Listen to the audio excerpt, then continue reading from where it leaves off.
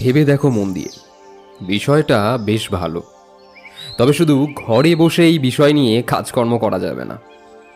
এই গবেষণা কিন্তু গোযুক্ত এ শোনা নয়, এ হলো প্রকৃত গো অন্বেষণ, মানে গরু খোঁজা।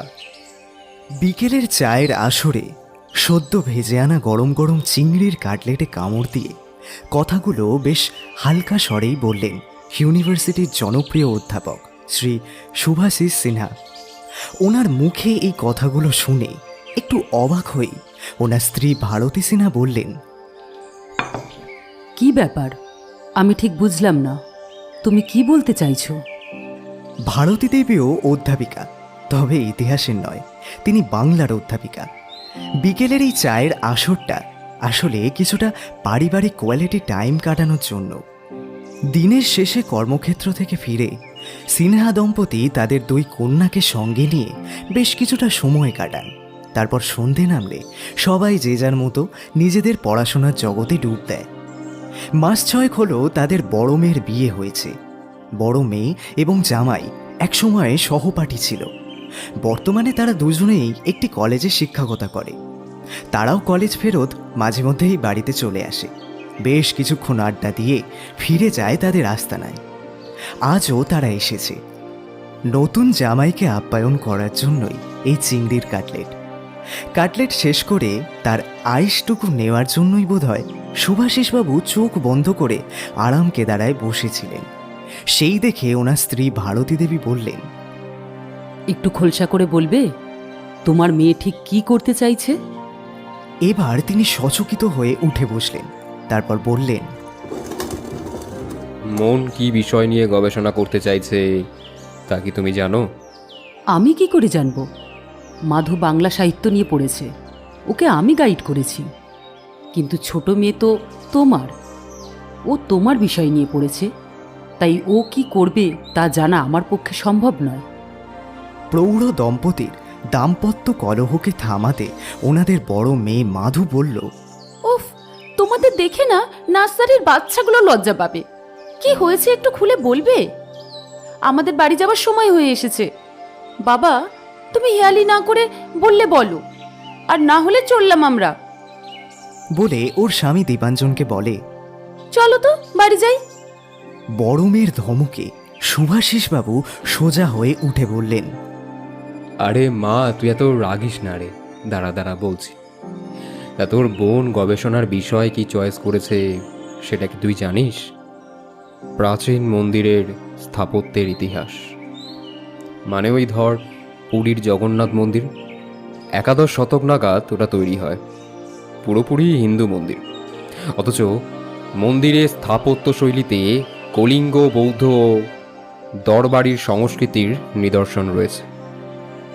আবার ধর মহারাষ্ট্রের ইলোরার কৈলাস মন্দির, চন্দন নদীর পাহাড়ের গায়ে ওই গুহা ভাস্কর্যগুলো আনুমানিক 50 শতক থেকে তৈরি করা শুরু হয়েছে বলে মনে করা হয়।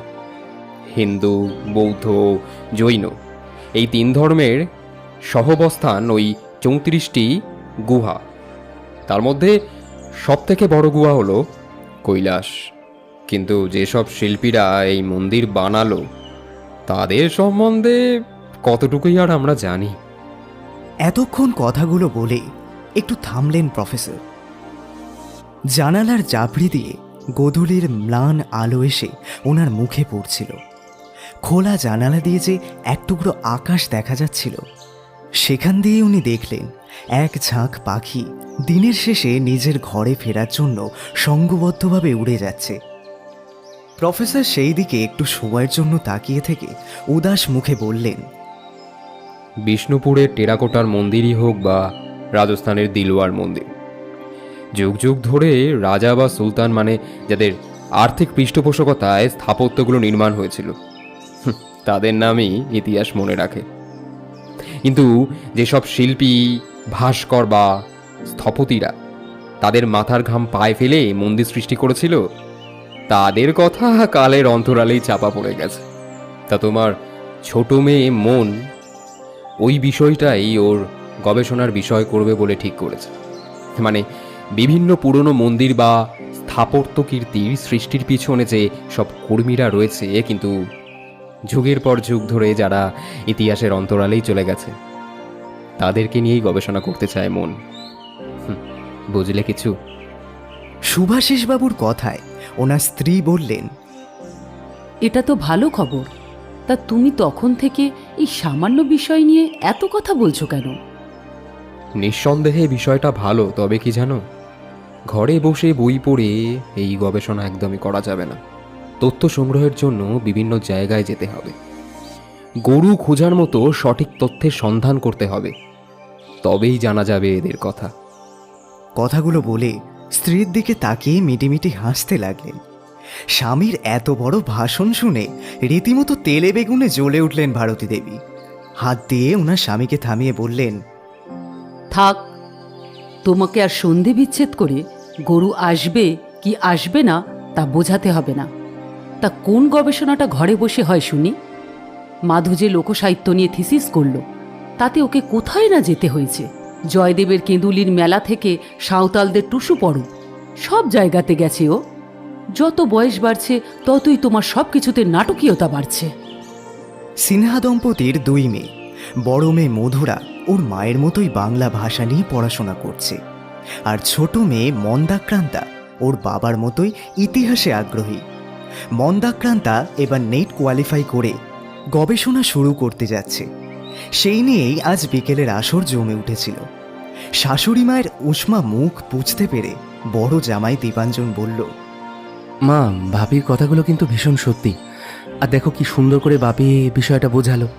সত্যি তো, এই যে এত এত জায়গায় ঘুরতে যাই, কত মন্দির, মসজিদ, রাজপ্রাসাদ, এগুলো তো আমরা দেখি, কিন্তু সেগুলো ধরো কারা তৈরি করেছে তার কতটুকু খবরই বা জানি বলো?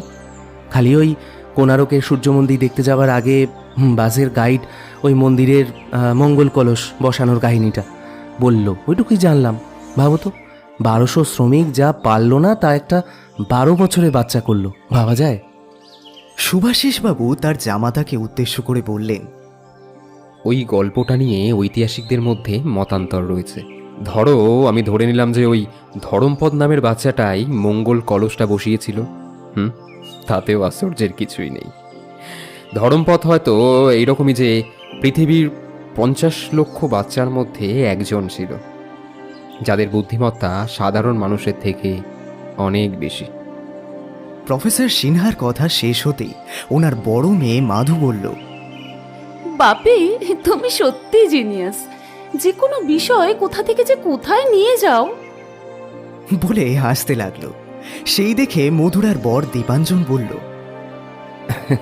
তুমি যতই হাসো মাধু, বাপি কিন্তু গল্পের ছলে অনেক কিছু শিখিয়ে দেন। এজন্যই তো ইউনিভার্সিটিতে বাপির ক্লাস কেউ কামাই করতো না। তুমি কি করে জানলে? তুমি তো ইতিহাসের ছাত্র নও।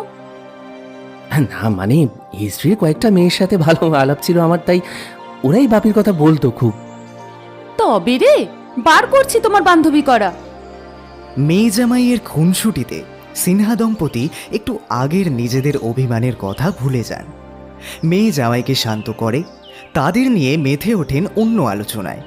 যার গবেষণা নিয়ে এত আলোচনা, সে ঘরের এক কোণায় চুপ করে সবার কথা শুনছিল, আবার কিছুই শুনছিল না।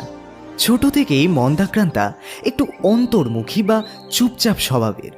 দিদি মধুরার মতো মিশুকে সে নয়, তবে ওদের ঘরোয়া আড্ডায় সে বেশ প্রগল্ভ হয়ে ওঠে। প্রায় সে তার সব থেকে প্রিয় মানুষ বাপির সাথে দল বেঁধে দিদি আর মায়ের সাথে তর্ক করে। যে কোনো বিষয় নিয়ে তার বাপির আলোচনা মন্ত্রমুগ্ধের মতো শোনে সে, কিন্তু আজ তার কানে কিছুই ঠিকমতো ঢুকছে না। সে আজ উদাস চোখে গোধূলির আবির রাঙানো আকাশের দিকে তাকিয়ে আছে। আজও কি সে ওই স্বপ্নটা দেখবে? তারপর নিজের মনকে নিজেই ধমকে বলবে, দূর, কি উল্টোপাল্টা ভাবছে সে। স্বপ্ন কি আর এমনি আসে? সেদিন লাইব্রেরি থেকে ওই বইটা এনে পড়ছিল বলেই হয়তো তার চিন্তায় স্বপ্নটা এসেছিল, কিন্তু বইয়ে ওই মন্দিরের যে বিবরণটা দিয়েছে সেটা খুব ইন্টারেস্টিং। স্থাপত্যগুলো খুব অন্যরকম, যদিও ওই মন্দিরটা তেমন একটা পরিচিত মন্দির নয়।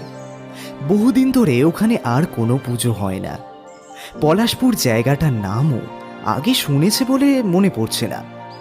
অথচ ওইখানেই কোনো এক পাহাড়ের মাথায় নাকি মন্দিরটা আছে। যদি যাওয়া যেত। মন, তখন থেকে এত কি ভাবছিস? বাপির কথা ভয় পেয়ে গেলি নাকি?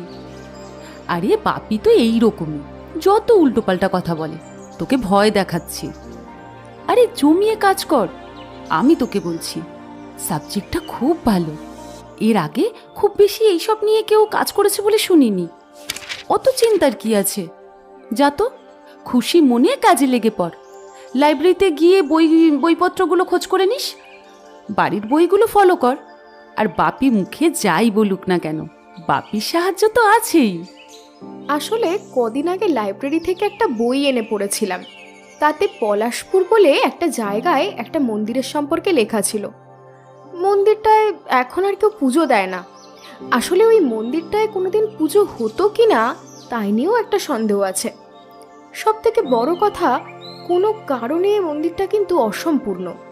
অথচ বইতে ওই মন্দিরের যে ভাস্কর্যগুলোর ছবি দেখেছি সেগুলো কিন্তু এক কথায় অসাধারণ। অত সুন্দর একটা মন্দির কেন অসম্পূর্ণ রয়ে গেল সেটাই একটা রহস্য। আর সব থেকে আশ্চর্য কি জানিস দিদি, ওই বইটা পড়ার পর থেকেই আমি না স্বপ্নে বারবার ওই মন্দির, তার গায়ে খোদাই করা এই মূর্তিগুলো বারবার দেখেছি। ব্যাপারটা নিয়ে বেশ অস্বস্তিতেই আছি রে। আমার দেখা কোনো জায়গার সাথেই ওই মন্দিরের কিন্তু কোনো মিল নেই। সেটাই আমি বেশি অবাক হচ্ছি। খুব ইচ্ছে হচ্ছে ওইখানে গিয়ে একবার মন্দিরটা দেখার। প্রফেসর সিনহা সেই শুনে বললেন, যতদূর জানি পলাশপুর বাংলা বিহার সীমান্তের একটা ছোট্ট জনপদ। এখন অবশিষ্টটা ওই ঝাড়খণ্ডের সাথেই আছে। জায়গাটা ছোট ছোট টিলা আর জঙ্গলে ঢাকা। আমিও ওখানে এইরকমই একটা মন্দিরের কথা শুনেছিলাম, কিন্তু খুব বেশি প্রমাণ তথ্য ওই মন্দিরটার সম্বন্ধে নেই। শুধু জানি যে এটি একটি অসম্পূর্ণ মন্দির, তাই ওখানে পুজো হয় না। এতক্ষণে মন্দাক্রান্তা তার মনের কথা বলার সুযোগ পায়। সে বলে, বাপি, গবেষণার জন্য না হোক, এমনিতেও যদি যেতে পারতাম। একটা বিষণ্ণতা ঝরে পড়ে ওর গলায়।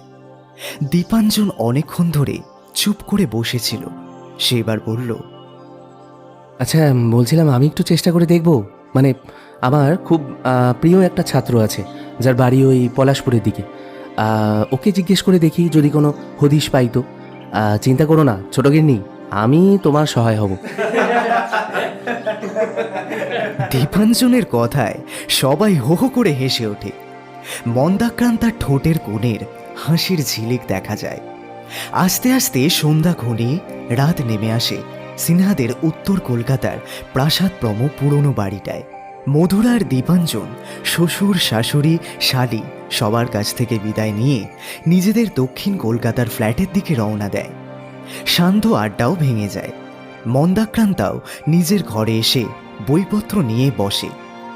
গতরাতে প্রায় সারা রাতই পড়াশোনা করেছে মন্দাক্রান্তা। আজও দুপুরের দিকে বের হয়েছিল সে। লাইব্রেরি থেকে কয়েকটা বই আনার ছিল তার। ভেবেছিল বিকেলে এসে ঘুমাবে, কিন্তু দিদিরা আশায় আর ঘুম হলো না ওর। বিকেল থেকেই হাই উঠছিল, তবুও সন্ধেবেলায় ঘুমোতে মন চাইল না। লাইব্রেরি থেকে আনা বইগুলো দেখতে লাগলো। হঠাৎ মনে হলো, আচ্ছা গুগলে একটু সার্চ করে দেখি না, পলাশপুরের যদি কোনো হদিশ পাওয়া যায়। ফোনে পলাশপুর সার্চ করতেই পুরুলিয়া জেলার একটা ছোট গ্রাম দেখালো। পুরুলিয়া শহর থেকে বেশ খানিকটা দূরে পাহাড়ের ওপর একটু জঙ্গলে জায়গায় গ্রামটা। কিন্তু জায়গাটার ইতিহাস বা ওই মন্দিরের সেই সম্পর্কে কোনো তথ্য পেল না। তবে জায়গাটা যে পুরুলিয়া শহর থেকে বেশ দূরে সেটা বুঝতে পারল। কিছুটা হতাশ হয়ে নেট অফ করে আবার ওই বইটা নিয়ে বসলো মন্দাক্রান্তা। বইটা পড়তে পড়তে কখন যেন ঘুমিয়ে পড়েছিল। আবার স্বপ্নে ওই মন্দিরটা আসলো। আজ আরো পরিষ্কারভাবে মন্দিরের কারুকার্যগুলো দেখতে পেল। মন্দিরের সামনে বিরাট এক প্রাঙ্গণ, সেখানে অনেক মানুষ মূর্তি করছে। একটা মেয়ে মাঠের মধ্যে দাঁড়িয়ে আছে। আর একটি ছেলে পিছন ফিরে দাঁড়ানো। মেয়েটির মুখ ভালো করে আজ দেখতে পেল মন্দাক্রান্তা। এ কি, এ তো ওর মুখই। তবে মেয়েটি খুব কালো, অনেকটা সাঁওতালদের মতো, কিন্তু এই মুখটাকে তো আজ জন্মকাল ধরে আয়নাতেই দেখছে ও। এরপরেই হঠাৎ করে ঘুম ভেঙে যায় ওর। টেবিল থেকে মাথা তুলে দেখে ওর বাপি মাথায় স্নেহের স্পর্শ বুলিয়ে বললেন, বিকেলে তো কিছুই খেলি না দেখলাম রে, তা শরীরটা ভালো আছে তো মা? মন্দাক্রান্তা মুখ চোখ ডুলে দুবার হাই তুলে বলল, শরীর তো ঠিকই আছে বাপি, আসলে দুরাত ধরে ভালো ঘুম হচ্ছে না তাই। যা মা যা, রাতের খাবার খেয়ে শুয়ে পড় গিয়ে। ভালো করে না ঘুমালে শরীরটা যে খারাপ করবে। অগত্যা মন্দাক্রান্তা পড়ার ঘর থেকে খাবার ঘরে গিয়ে খাবার নিয়ে বসে, কিন্তু কিছু খেতে পারে না। মন্দাক্রান্তার খাবার নিয়ে নাড়াচাড়া দেখে শুভাশিসবাবু বললেন, মন, তুই ওই পলাশপুর নিয়েই ভেবে যাচ্ছিস না তো? ভাবিস না, দীপাঞ্জন যখন বলেছে তখন ও একটা না একটা ঠিক ব্যবস্থা করবেই। আমি বুঝতে পারছি যে ওই বইটা নিয়ে তুই খুব ভাবছিস।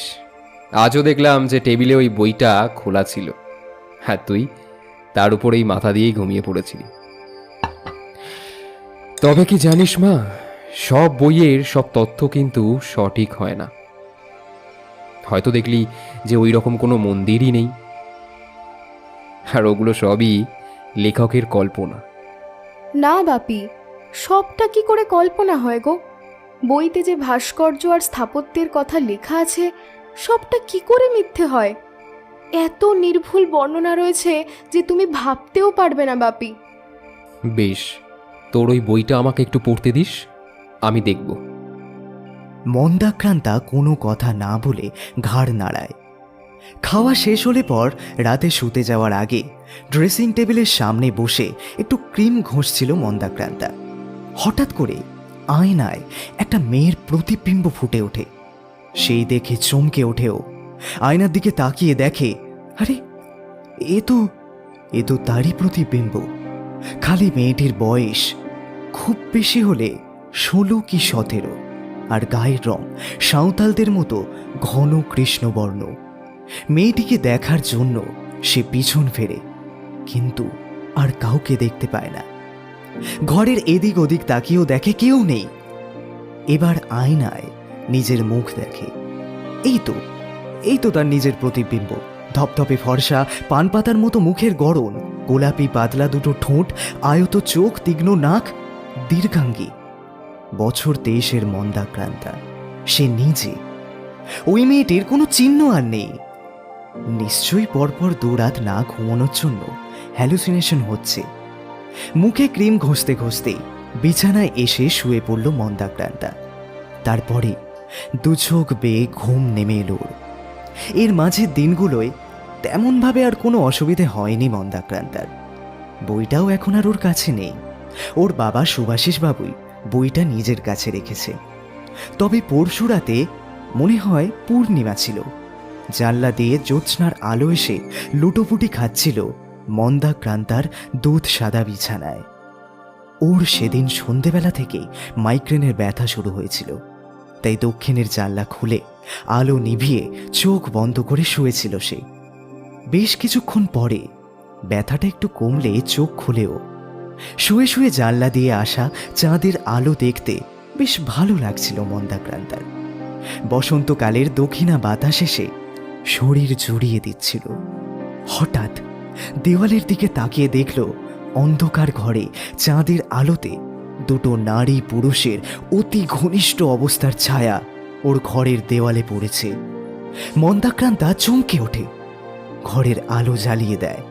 তারপর বাপিকে ডেকে বারান্দায়, বাগানে সব জায়গায় আলো জ্বালিয়ে খোঁজ করে, কিন্তু কোথাও কাউকে পায় না। গেটের দারোয়ান বলে যে সে কাউকে ভেতরে ঢুকতে দেখেনি। অগত্যা ছায়া মূর্তি দুটোকে মনের ভুল বলেই ধরে নেয় সে। সে রাতে একটা অদ্ভুত স্বপ্ন দেখে মন্দাক্রান্তা। স্বপ্নে নাম না জানা ওই মন্দির চত্বর দেখতে পায় সে। এবার আর দিনের আলো নয়, চাঁদনি আলোয় রূপলি হয়ে গেছে মন্দির প্রাঙ্গণ। সেই আলোতে 2 নারী পুরুষ অতি ঘনিষ্ঠভাবে বসে আছে। বিশ্ব চরাচরের কোনো দিকেই তাদের নজর নেই। চাঁদের আলোয় তাদের ছায়া এসে পড়েছে মন্দিরের গায়ে। ঠিক সন্ধেবেলায় ওর ঘরের দেওয়ালে যে ছায়া পড়ছিল, ঠিক তার মতো। প্রবল অস্বস্তি নিয়ে ঘুমটা ভেঙে যায় মন্দাক্রান্তার। চোখ মেলে সে দেখে চাঁদের আলো ধীরে ধীরে বিদায় নিচ্ছে। শুকতারা উঠেছে, পূব আকাশ আবির রাঙা হয়ে উঠেছে। সেই দেখে বিছানা ছেড়ে উঠে পড়ে সে।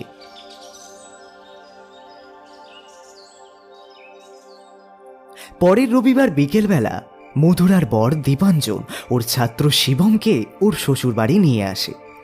দীপাঞ্জনের আশায় সেদিনও ওদের সন্ধ্যার পারিবারিক আড্ডা বেশ জমে উঠল। শিবম প্রফেসর দম্পতি ও দীপাঞ্জনকে নমস্কার করে ঘরের কোণার সোফায় বসে। তারপর বলে, স্যার, আমাদের বাড়ি বাঁকুড়া আর পুরুলিয়ার বর্ডারে হলেও পলাশপুর জায়গাটা পুরুলিয়াতেই। পুরুলিয়ার অধিকাংশ জায়গার মতো এটাও পাহাড়ি, জঙ্গলের মধ্যে একটা ছোট্ট জনপদ। এই অঞ্চলের ইতিহাস সমাজের কাছে এখনও পৌঁছয়নি সেরকমভাবে, আর জানিও না। তবে ছোটবেলা থেকে শুনে এসেছি আমরা নাকি বিষ্ণুপুরের মল্ল রাজাদের বংশধর। তবে সে কথা সত্যি কিনা জানি না। আমরা এখন পলাশপুরের গ্রামের মাঝে একটা ছোট্ট বাড়িতে থাকি। তবে আমাদের পূর্বপুরুষদের ভিটে পলাশপুর থেকে 2 কিলোমিটার দূরে একটা পাহাড়ের গায়ে, জঙ্গলের মধ্যে। সেটা এখন একটা পোড়ো বাড়ি ছাড়া আর কিছুই নয়, থাকার মতো অবস্থা নেই আর কি। তবে যতদূর শুনেছি আমাদের ঊর্ধ্বতন 4 কি 5 পুরুষ হবে বা তারও বেশি, কেউই ওই বাড়িতে কখনো থাকেননি। কেন থাকেননি তাও জানি না। আমার দাদা সুগত একজন আর্কিটেক্ট, তবে ওর বিভিন্ন বিষয়ে পড়াশুনো আছে। ও আমাদের পূর্বপুরুষদের কিছু ইতিহাস খুঁজে বের করেছিল আর কি। আমাদের গ্রামে জানেন একটা ছোট লাইব্রেরি আছে, সেখানে কিছু পুরনো বইপত্রের মধ্যে থেকেই দাদা আমাদের পারিবারিক ইতিহাসের কিছুটা জানতে পারে আর কি। তা তুমি জানো? শিবম নিজেকে একটু গুছিয়ে নিয়ে আবার বলতে শুরু করে, আসলে আজ থেকে প্রায় 800 বছর আগে আমাদের কোনো এক পূর্বপুরুষ মল্ল রাজবংশ থেকে আলাদা হয়ে এই পলাশপুর অঞ্চলে চলে আসেন। সেখানে রাজ্য স্থাপন করে স্থানীয় রাজা হয়ে বসেন আর কি। মল্ল রাজাদের তখন প্রচুর ধনসম্পদ ছিল। উনি এই রাজবংশের কিছু ধনসম্পত্তি নিয়ে পলাশপুর অঞ্চলে এসেছিলেন আর কি। আর তার পরবর্তী রাজারাও আশেপাশের বেশ কিছু অঞ্চল, এমনকি বিহার, মানে এখন যেটা ঝাড়খণ্ডের মধ্যে, তাদের রাজ্যপাট বিস্তার করেছিলেন। কিন্তু এই জঙ্গলে রাজার কথা স্থানীয় মানুষ ছাড়া আর সেভাবে কেউ জানে না। ওই রাজবংশের কোনো এক রাজার ইচ্ছে হয়েছিল একটা মন্দির বানানোর, যার টানে মানুষ তীর্থ করতে আসবে। হ্যাঁ, পুরীর জগন্নাথ বা কোণারকের মন্দিরের মতো আর কি। কিন্তু অনেক খুঁজেও রাজা মন্দির করার মতো তেমন কাউকে পাচ্ছিলেন না। এই সময়ে ওই কয়েকজন বৌদ্ধ সন্ন্যাসী এই অঞ্চলে আসেন। তাদের সাথে একটা 12 বছরের বাচ্চা ছেলে ছিল। সেই ছেলেটির বাবা কোনো এক মন্দিরের প্রধান স্থপতি ছিলেন। মন্দির শেষ হবার পর সেই রাজা ওই মন্দির বানিয়েছিলেন। তারপর তিনি সকল স্থপতি আর ভাস্করদের মৃত্যুদণ্ড দেন। ফলে সবার সাথেই ছেলেটির বাবারও মৃত্যুদণ্ড হয়, যাতে ওই শিল্পীরা ওই রকম আর কোনো মন্দির বানাতে না পারে তার জন্য। কি? হ্যাঁ, একদমই তাই। তারপরে কি হলো? বাবার মৃত্যুর পর ছেলেটি অনাথ হয়ে পড়ে, কোনোভাবে ওই বৌদ্ধ সন্ন্যাসীদের সঙ্গে ভিড়ে যায় আর কি। ওদের সাথে থেকে নানা বিষয়ে জ্ঞান অর্জন করে। শুধু তাই নয়, বাবার মতো সেও হয়ে উঠেছিল একজন গুণী স্থপতি। তার নকশা করা দেখে মুগ্ধ হতো বৌদ্ধ সন্ন্যাসীরা। তাই রাজা যখন ভিনদেশি সন্ন্যাসীদের কাছে মন্দির নির্মাণের জন্য ভালো স্থপতির খোঁজ করেন, তখন তারাই ছেলেটির কথা বলেন। তারপর ওই ছেলেটি মন্দির বানানো শুরু করে। পরবর্তীকালে অবশ্যই মন্দিরকে আর পাওয়া যায় না। হ্যাঁ, সব থেকে বড় কথা, ওই পুরনো পুঁথিগুলোতে মন্দির সম্বন্ধে আরও একটা পুঁথির কথাও আছে, কিন্তু সেই পুঁথিটা খুঁজে পাওয়া যায়নি। তার মানে একটা প্রাচীন পুঁথি খোয়া গেছে। কে নিয়েছে ওটা? সেটা নিয়ে কোনো আইডিয়া আছে তোমাদের? বাবার মুখে শুনেছি ওনার এক কাকা ছিলেন, অগাধ পণ্ডিত মানুষ। উনি আমাদের পুরনো রাজবাড়ির কোনো এক গোপন কক্ষ থেকে ওই প্রাচীন পুঁথিগুলো উদ্ধার করেছিলেন। শিবমের কথা শেষ হতেই প্রফেসর সিনহা জিজ্ঞাসা করলেন, ওনার নাম কি হেমেন্দ্রনাথ মল্লিক? হ্যাঁ, আপনি কি করে জানলেন? সুভাষিসবাবু কিছু বলার আগেই মন্দাক্রান্তা বলে উঠল, বাপি, ওই বইটা তো হেমেন্দ্রনাথ মল্লিকেরই লেখা, তাই না? হ্যাঁ, ওনারই লেখা। উনি হয়তো প্রাচীন পুঁথিটাকে অনুবাদ করেছিলেন। তবে আমার মনে হয় মন্দিরের খোঁজ উনি পাননি, কারণ মন্দির সংক্রান্ত অনেক কিছুই প্রাচীন শঙ্খলিপিতে লেখা আছে। আচ্ছা বাপি, তুমি তো শঙ্খলিপি পড়তে জানো, তাই না? হ্যাঁ রে মা, আমার এক আর্কিওলজিস্ট বন্ধুর থেকে শঙ্খলিপির মতো আরও কিছু প্রাচীন লিপি আমি পড়তে শিখেছিলাম। ও হ্যাঁ, তারপর যা বলছিলাম, আনুমানিক ৫ম শতক থেকে নালন্দার সময় অবধি এই লিপির প্রচলন ছিল। নালন্দার গৌরব চলে যাওয়ার পরই এই লিপিও আস্তে আস্তে অবলুপ্ত হয়ে যায়। প্রফেসর জিজ্ঞাসা করলেন শিবমকে। সেই শুনে সে বলল, হ্যাঁ, তো বাবার মুখে শুনেছি পুঁথিগুলি পাওয়ার পর উনি কাউকে কিছু না বলে বেশ কিছুদিনের জন্য উধাও হয়ে যান। তারপর আবার শেষ বয়সে উনি গ্রামে ফিরে আসেন। তারপর থেকে সারা দিনই উনি ওই পোড়ো রাজবাড়িতে কাটাতেন। ওখানেই একদিন সাপের কামড়ে মারা যান। ওনার মৃত্যুর পর ওনার সংগ্রহে যেসব প্রাচীন পুঁথিগুলো পাওয়া গিয়েছিল সবই গ্রামের লাইব্রেরিতে দান করা হয়। স্যার, আপনি আর মন্দাক্রান্তা আমাদের বাড়ি চলুন। এখনও পুরুলিয়াতে তেমন একটা গরম পড়েনি। বসন্তে পলাশ ফুলের সমারোহ দেখতে পাবেন ওখানে। আমার দাদারও মুম্বাইয়ের প্রজেক্টটা শেষ হয়ে গেছে। ও সামনের সপ্তাহে বাড়ি আসবে, তখন না হয় আসুন। দাদার বিভিন্ন বিষয় পড়াশোনা আছে, ও এই ব্যাপারে নিশ্চয়ই খুব আগ্রহ প্রকাশ করবে। তোমাদের বাড়ি অবশ্যই যাব, তবে আমাকে ম্যাডাম নয়, দিদি ডাকতে হবে। কি, রাজি তো? হ্যাঁ, রাজি। কথা হয় সামনের রবিবার মন্দাক্রান্তা আর সুভাষিসবাবু পুরুলিয়া যাবে। এরপর আরও কিছুক্ষণ গল্প করে ওরা চলে যায়। ওরা যাওয়ার পরে মন্দাক্রান্তা বলে, বাপি, পুরনো লিপির পাঠ করতে পারলে গবেষণায় অনেক সুবিধা হয়, তাই না গো? সুভাষিসবাবু মেয়ের মাথায় স্নেহের হাত বুলিয়ে দিয়ে বলেন, হ্যাঁ রে মা, ব্রাহ্মী খরষ্টি লিপির মতো অত জনপ্রিয় না হলেও শঙ্খলিপি, তিব্বতী কিনকোট বা ডাকিনী সংস্কৃতির মতো অনেক প্রাচীন লিপি আছে, সেগুলোও এখন হারিয়ে গেছে। কিন্তু এই লিপিগুলিতে লেখা আছে ওই দুষ্প্রাপ্য পুঁথির কথা, যেগুলো পড়তে গেলে এই সংস্কৃতি জানাটা খুবই দরকার। প্রাচীন ভারতীয় ইতিহাসে অনেক কিছুই এইসব প্রাচীন পুঁথিপত্রে লেখা আছে। কথাগুলো বলে সুভাষিসবাবু নিজের ঘরে চলে যান। মন্দাক্রান্তা বারান্দায় এসে বসে।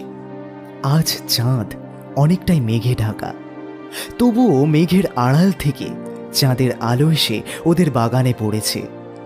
মন্দাক্রান্তার সেদিনের স্বপ্নের কথা মনে পড়ে গেল। কে ছিল ওই ছেলেটি যে ওর মতো দেখতে মেয়েটার সাথে ঘনিষ্ঠভাবে বসেছিল? আচমকা নিজের শরীরে একটা উত্তেজনা বোধ করেও। সেদিন স্বপ্নে দেখা ওদের শরীরের উত্তেজনা যেন ওর শরীরে ছড়িয়ে পড়ে।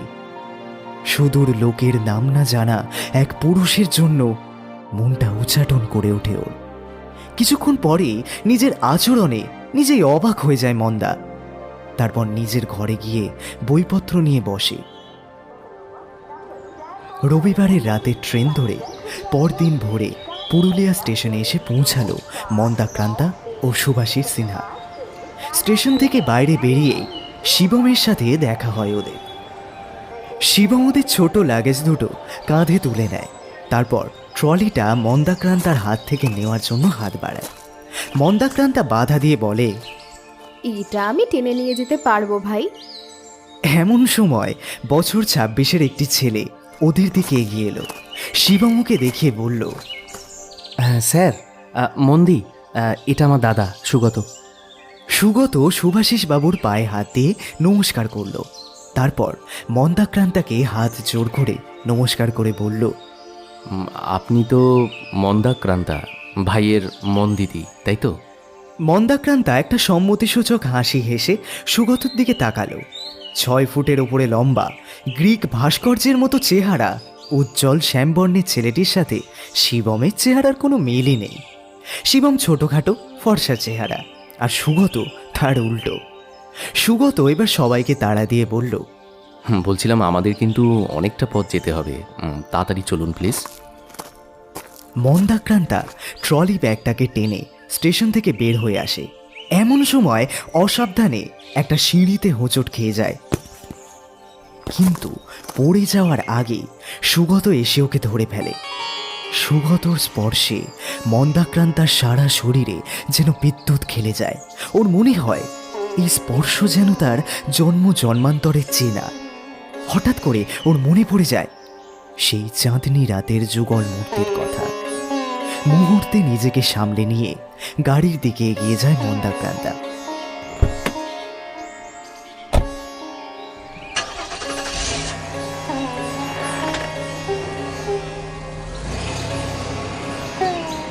শিবমদের বাড়িতে ওরা যখন পৌঁছালো তখন সূর্য প্রায় মধ্য গগনে। সারা রাস্তায় মন্দাক্রান্তা পলাশ ফুলের সমারোহ দেখতে দেখতে এসেছে। বসন্তের আগমনে পলাশপুরের রাস্তা আগুন রাঙা হয়ে উঠেছে। এত পলাশ ফুল সে আগে কোনো দিন দেখেনি। শিবমদের বাড়িটা পলাশপুরের একটা কোনায়, একটা ছোট্ট টিলা মতো জায়গায়। বাড়ির আশেপাশে বেশ খানিকটা ফাঁকা জায়গা। সেখানেই একটা বাড়ির ধ্বংসাবশেষ। ওদের বাড়িটা বেশ ছোটই, মাত্র দুটো শোবার ঘর আর একটা বারান্দা। তারই একটা কোণ ঢেকে শোবার খাট পাতা রয়েছে। ঘরের পিছনে ছোট্ট একটা রান্নাঘর আর টয়লেট। ঘর লাগোয়া টয়লেট দেখে মন্দাক্রান্তা বেশ স্বস্তির নিঃশ্বাস ফেলে। তবে ছোট হলেও পুরো বাড়িটা খুব টিপটপ আর সুন্দর করে সাজানো। ইদারার ঠান্ডা জলে স্নান করার পর সারা দিনের ক্লান্তি দূর হলো ওদের। শিবমের বাবা মা ওদের আন্তরিকভাবে আপ্যায়ন করে খাবার টেবিলে নিয়ে বসায়। তারপর কুণ্ঠিতভাবে শিবমের বাবা বলেন, স্যার, আমরা গরিব মানুষ, আমাদের বাড়িতে আপনাদের খুব কষ্ট হবে থাকতে, তবু নিজের বাড়ি মনে করে একটু মানিয়ে গুছিয়ে নেবেন আর কি। নিজের বাড়ি ভেবেছি বলেই তো থাকতে চলে এলাম দাদা। দেখুন না কত বড় লাগেজ নিয়ে বাপ বেটিতে চলে এসেছি, তাই না? খুব ভালো করেছেন দাদা, যতদিন ইচ্ছে থাকুন। হাসি গপ্পে আড্ডা জমে উঠল। শিবমের বাবা বললেন, স্যার, আমরা অনেক দিন ধরে চাষবাস করে জীবনযাপন করি। খালি আমার এক কাকা ছিলেন খুব পণ্ডিত, তারপর আমার এই দুই ছেলে পড়াশুনো করছে। সত্যি বলতে স্যার, ওদের জন্য আমি তেমন কিচ্ছু করতে পারিনি। গ্রামের স্কুলে কষ্ট করে পড়াশোনা শিখেছে। ওই দিকে দেখুন, ওই যে ভাঙা ঘরগুলো, ওখানেই আগে আমরা থাকতাম আর কি। আমার এই বড় ছেলে চাকরি পাবার পরে এই ছোট্ট বাড়িটা তৈরি করেছে। আমার সব জ্যাঠতুতো খুঁড়তুতো ভাইরা সবাই গ্রাম ছেড়ে পুরুলিয়া শহরে, কলকাতায়, আরও দূরে দূরে নানান জায়গায় কাজের খোঁজে চলে গেছে আর কি। আমরাই খালি পড়ে আছি। বাবার কথা শেষ হওয়ার আগে সুগত বলল, আমি মাত্র 3 বছর হলো চাকরি পেয়েছি, তাই এর বেশি কিছু করতে পারিনি। এখন ভাইকে ভালো করে পড়াশোনা করানোর জন্যই আমার মূল লক্ষ্য। দীপাঞ্জনদা ভাইকে খুব ভালোবাসেন, অনেক সাহায্য করেছেন। প্রফেসর সিনহা বললেন, তোমার ভাইও খুব মেধাবী, তাই ওকে দীপাঞ্জন এত ভালোবাসে। তবে একটা কথা নিয়ে আমার একটু খটকা লাগছে। তোমরা বলছো ওই মন্দিরটা আদেও আছে কিনা তাই জানো না, অথচ আমি এই রকম একটা মন্দির সম্বন্ধে কিন্তু শুনেছিলাম। হ্যাঁ, আপনি ঠিকই শুনেছিলেন। আমার বাবার কাকা, মানে আমাদের কাকা দাদু, ওই পুরনো রাজবাড়ি থেকে কিছু প্রাচীন পুঁথিপত্র পান। সেখানেই নাকি ওই মন্দিরের হদিস ছিল। তার থেকে উনি ওই রকম একটা মন্দিরের আইডিয়া করেন আর কি। উনি কিছু বইপত্র আর প্রবন্ধেও ওই মন্দির নিয়ে লিখেছিলেন। ভেবেছিলেন মন্দিরের কথা প্রচার হলে যদি আর্কিওলজিস্টরা ওখানে খোঁজাখুঁজি করে মন্দিরের হদিশ বের করতে পারে আর কি, কিন্তু তেমন কেউ আগ্রহ দেখায়নি। কথাগুলো বলে মন্দাক্রান্তাকে এক ঝলক দেখে ওর মনের অনুভূতি বোঝার চেষ্টা করে সুগত। মন্দাক্রান্তা তৎক্ষণাৎ বলে ওঠে, না না, ওই মন্দির আছে, আমি বইতে পড়েছি, কিন্তু সব কিছু বুঝিনি। আরেকটা কথা স্যার, এবারে বাড়ি এসে আমি কাকা দাদুর ঘরে গিয়েছিলাম। ওখানেই আমি এই তালপাতার পুঁথিটা পাই। মাত্র কয়েক পাতার পুঁথি, খুব যত্নে গোপনে পুঁথিটা উনি রেখেছিলেন। লাইব্রেরিতে যেসব পুঁথিপত্র দেওয়া হয়েছিল তার মধ্যে একটা পুঁথি পাওয়া যাচ্ছিল না। আমার ধারণা এটাই হয়তো সেই পুঁথিটা। বলে একটা প্রাচীন তালপাতার পুঁথি প্রফেসর সিনহার হাতে দেন। প্রফেসর সিনহা পুঁথিটি বেশ কিছুক্ষণ ধরে দেখে বলেন, দেখো, আমার এটি দেবনগরী অক্ষরে লেখা বাংলা ভাষার পুঁথি বলেই মনে হচ্ছে। আসলে আজ থেকে 700-800 বছর আগে বাংলা ভাষার সাথে এখনকার বাংলা ভাষার না অনেক ফারাক। তুমি নিশ্চয়ই বাংলা ভাষার প্রথম রচিত ওই বইটি চর্যাপদ, তার নাম নিশ্চয়ই শুনেছ। হ্যাঁ, তো চর্যাপদের বাংলা আর এখনের বাংলা ভাষা তো এক নয়, ওটা তো সাধু ভাষা। শিবম, তুমি এই পুঁথিটা পড়েছো? হ্যাঁ স্যার, কিন্তু সব কিছু বুঝতে পারিনি। আমি স্যারকেও এই পুঁথির ছবি দেখিয়েছি। এতে কিছু সংকেত আছে জানেন, যেগুলো দিয়ে আমরা মন্দিরের প্রবেশদ্বারে হয়তো খুঁজে পাবো। তবে স্যারও পুরোটা বোঝেননি। প্রফেসর সিনহা পুঁথিতে মনোনিবেশ করেন। স্যার দেখুন, পুঁথির শুরুতেই না একটা সংকেত, 4 গুণ 3 গুণ 22, 264। পরে একটা সাংকেতিক চিহ্ন, কিসের চিহ্ন বুঝতে পারছি না। পরে এগুলো শুধু কিছু সংখ্যা। আমিও বুঝতে পারছি না, হয়তো কোনো প্রাচীন আর্কিটেকচার সম্বন্ধীয় কোনো চিহ্ন। সন্ধে হয়ে গিয়েছিল অনেকক্ষণ আগেই। গ্রামের কম ভোল্টেজের আলোয় প্রফেসরের চিন্তান্বিত মুখ দেখা যাচ্ছিল। শিবমের বাবা মা অনেকক্ষণ আগেই অতিথিদের রাতের খাবার ব্যবস্থা করতে চলে গেছেন। মন্দাক্রান্তা এক মনে ওদের কথা শুনছিল। সুগত মাঝে মাঝে আর চোখে ওকে দেখছিল। মন্দাক্রান্তার পান পাতা মুখের মায়াবী দৃষ্টি ভারী লাগছিল ওর। প্রফেসর সিনহার সেসব দেখে কোনো নজরই নেই। তিনি এখন প্রাচীন মন্দিরের ইতিহাসে আত্মমগ্ন। সুগতকে উদ্দেশ্য করেই তিনি বললেন, দেখো, খুব যদি খোঁড়াখুড়ির ব্যাপার থাকে তবে কিন্তু আমি সেটা পারবো না। তবে তাহলে আর্কিওলজিস্ট ডিপার্টমেন্টকে ডাকতে হবে। তবে একটা জিনিস লক্ষ্য করেছো সুগত, সংকেতের গুণটা ছোট হলেও তা কিন্তু এক লাইনে লেখা। সুগত মন্দাক্রান্তার দিক থেকে নজর ফিরিয়ে নিয়ে বলল, হ্যাঁ স্যার, আমাদের এক প্রফেসর, উনি এই বৈদিক ম্যাথস জানতেন। আর্কিটেকচারের পাশাপাশি উনি হলেন একজন শখের গণিতবিদ আর কি। বহু প্রাচীন গণিতের প্রবলেম নিয়েও উনি চর্চা করেন। ওনার কাছ থেকেই আমি এই বৈদিক ম্যাথসের প্রাথমিক ধারণাটা পেয়েছিলাম আর কি। আসলে শূন্য এবং দশমিক প্রাচীন ভারতে আবিষ্কার হয়েছিল যেটা, সেটা ছাড়াও যে সবথেকে বড় সংখ্যার ব্যবহার হয়েছিল তার কথাও স্যারের কাছে শুনেছিলাম। তল্লাকসানা, একের পরে 421টা শূন্য দিলে হয় এক তল্লাকসানা। এমনকি ললিত ভিস্তার কথা উনি বলেছিলেন। স্যারের প্রাচীন যুগের আর্কিটেকচার নিয়েও অনেক পড়াশোনা। আমি স্যারকে ওই সাইনটা পাঠিয়ে মেসেজ করে দেখি উনি যদি কিছু বলতে পারেন। আমি আজ একটু ভাবি, বুঝলে, কারণ সংকেতের গুণফলটা আসলে কিভাবে এসেছে, এছাড়াও পুঁথিটা পুরোটা বাংলায় লেখা কিনা সেটাও দেখতে হবে। রাতে খাওয়া দাওয়া হয়ে যাওয়ার পর সুভাষিসবাবু আর মন্দাক্রান্তা তাদের জন্য বরাদ্দ এই বাড়ির বড় শোবার ঘরটাতে এসে ঢুকল। পাড়া গাঁয়ের মতো এদের বাড়িতেও রাত 9টার মধ্যে খাওয়া দাওয়া শেষ হয়ে যায়। কাল সন্ধেতে এই অঞ্চলে একটা ভালো মতো ঝড় বৃষ্টি হয়েছিল, তাই আজ খুব একটা গরম নেই। মন্দাক্রান্তা ঘরে এসে জানালাগুলো খুলে দিল। জানালা দিয়ে হু হু করে হাওয়া ঢুকতে লাগলো। এত তাড়াতাড়ি ঘুম আসে না মন্দাক্রান্তার। ও একটা বই নিয়ে পড়ার চেষ্টা করছিল, কিন্তু এই ঘরের আলো এতটাই কম যে ভালো করে কিছু দেখাই যাচ্ছে না। এদিকে নেটের সিগন্যালও খুব খারাপ। ওরা সঙ্গে একটা ব্যাটারির টেবিল ল্যাম্প নিয়ে এসেছিল। সেটা নিয়ে প্রফেসর সিনহা টেবিলে বসে পুঁথিটা দেখছিলেন। ছাদের থেকে বেশ কিছুক্ষণ ধরে বাঁশির একটা মিঠে সুর ভেসে আসছে। মন্দাক্রান্তা বই খুলে ওই সুরটা শোনার চেষ্টা করছে। খুব চেনা একটা সুর, কোথায় শুনেছে সেটা বুঝতে পারছে না ও। হঠাৎ সুভাষিসবাবু মেয়েকে বললেন, আমার একটা কাজ করবি মা? হ্যাঁ বাবা, করব। বলো কি কাজ? তোর মাকে যতই খেপাই না কেন, বাংলা ভাষায় তোর মায়ের না অজ্ঞাত জ্ঞান, বুঝলি? জানি বাপি, শুধু বাংলা কেন, মা তো অনেকগুলো ভাষা জানে। ছাত্রীরা মার কত সুনাম করতো বলো। তাই তো তোর মায়ের সাহায্যই নেওয়ারে।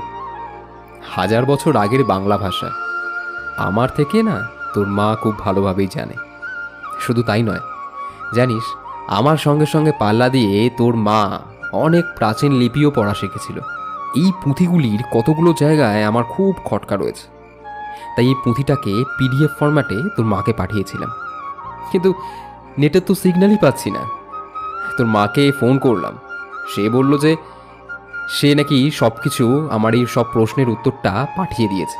তা মা, তুই একটু এই ফোনটা নিয়ে একটু বাড়ির বাইরে যা না, গিয়ে দেখ না যদি সিগন্যালটা পাওয়া যায়। মন্দাক্রান্তা বাবার হাত থেকে ফোনটা নিয়ে ঘর থেকে বের হচ্ছিল। এমন সময় শুভাশিসবাবু মেয়েকে ডেকে বললেন, একা যাস না মা, ছাদে বোধ হয় সুগত বাঁশি বাজাচ্ছে, তুই ওকে ডেকে নিয়ে যাস। তুমি কি করে জানলে বাবা ও বাঁশি বাজাচ্ছে? আরে দেখলি না মা, শিবম তো মা বাবার শোবার ঘরে ওর বিছানাপত্র নিয়ে ঢুকে গেল। মনে হয় এই ঘরটাতেই ওরা 2 ভাই থাকে। বারান্দায় বিছানাটা বাড়তি, আমরা আশায় 2 ভাই ঘর ছাড়া হয়েছে। শিবম বাবা মায়ের ঘরে আর সুগত ওই বারান্দায় থাকবে। বাবার কাছ থেকে ফোনটা নিয়ে মন্দাক্রান্তা ঘরের থেকে বারান্দায় আসলো। তখনই ও দেখল বারান্দা সংলগ্ন সিঁড়ি দিয়ে সুগত নিচে নেমে আসছে। মন্দাক্রান্তাকে দেখে অবাক হয়ে সে জিজ্ঞাসা করল, এ কি ম্যাডাম, আপনি এখনো ঘুমোননি? আমরা শহুরে লোক, রাত 9টা আমাদের সন্ধে, কিন্তু আপনি ঘুমোননি কেন? ম্যাডাম, মুম্বাই শহরও সারা রাত জাগে, ওখানেই থেকে থেকে অভ্যাস খারাপ হয়ে গেছে। আমি অবশ্য বরাবরই রাত জেগে পড়তাম, ভাই সকালে ওঠে, তাড়াতাড়ি ঘুমোয়। এখানে এখন একদম নেটের সিগন্যাল পাওয়া যাচ্ছে না, অথচ মায়ের কয়েকটা মেসেজের জন্য বাবা অপেক্ষা করে আছে। কোথায় গেলে একটু সিগন্যাল পাবো তা একটু বলবেন? চলুন বাইরে যাই। আমাদের বাড়িটা আসলে টিলার মাথায় বলে রাতে সিগন্যাল থাকে না। চলুন নিচে নেমে দেখি, এখনও তো 10টা বাজেনি। নিচের ছোট বাজারের হয়তো কিছু লোকজন পেয়ে যাব। মন্দাক্রান্তার সুগত বাড়ির বাইরে বের হয়ে আসে। পূর্ণিমার চাঁদ পুরোপুরি অন্ধকারে ঢেকে যাওয়ার আগে সরু ফালির মতো আকাশে জ্বলজ্বল করছে। 2 দিন আগে ঝড় বৃষ্টি হওয়ার পর এখন আকাশে নক্ষত্ররা ঝকমক করে জ্বলছে। মন্দাক্রান্তারা বাড়ি থেকে বের হয়ে ঢাল বেয়ে টিলা থেকে নিচে নামছিল।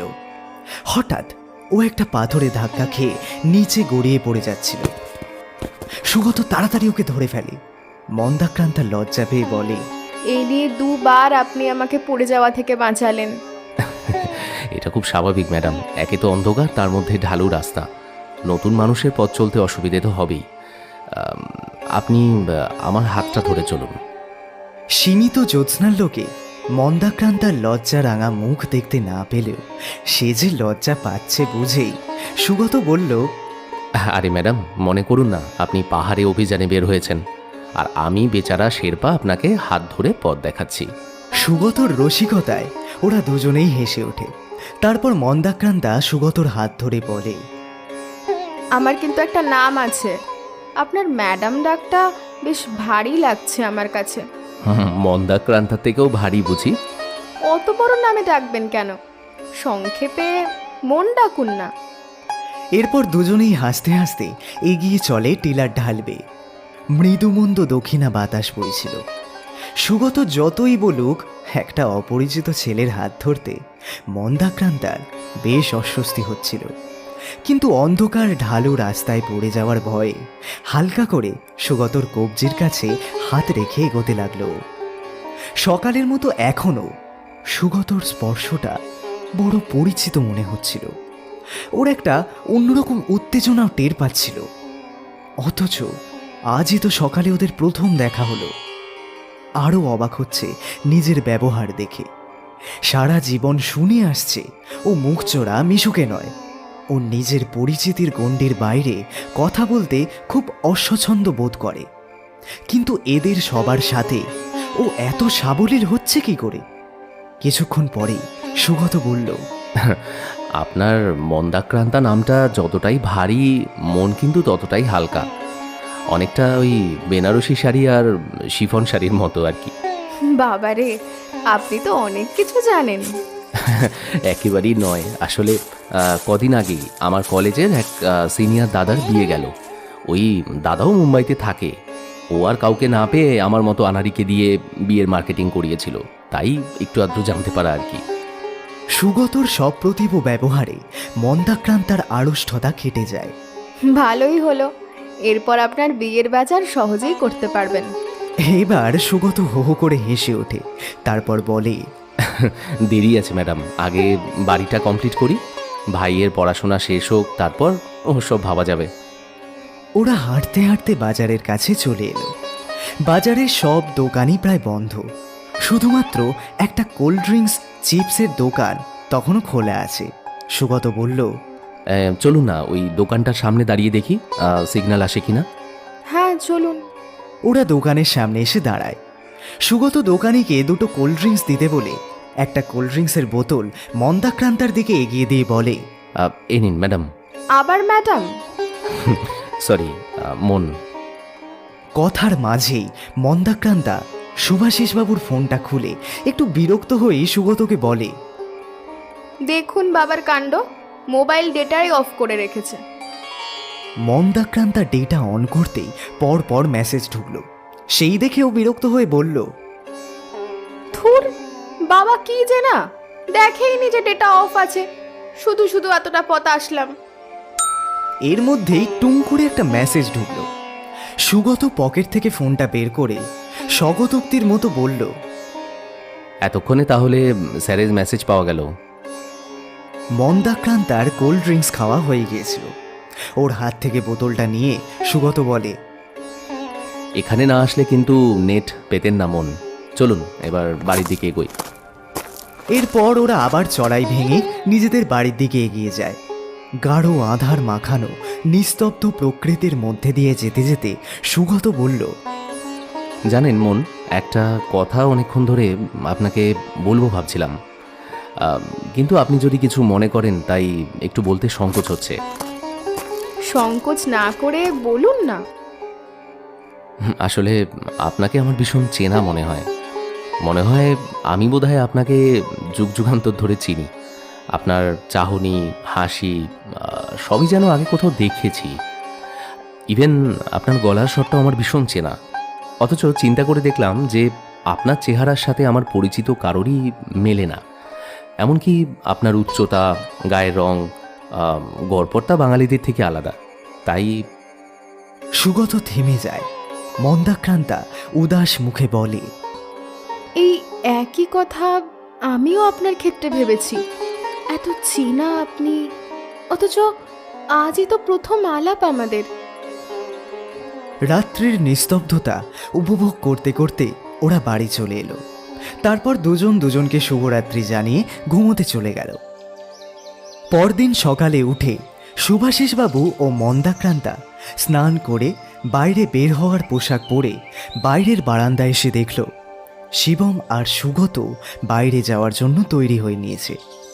আজ মন্দাক্রান্তা কার্বন কালারের ডেনিম প্যান্ট আর হালকা গোলাপি রঙের টপ পরেছে। পিঠ ছাপানো চুলগুলোকে চুড়ো করে মাথার উপরে বেঁধেছে। গোলাপি ফর্সা গালে সূর্যের আলো পড়ে চকচক করছে।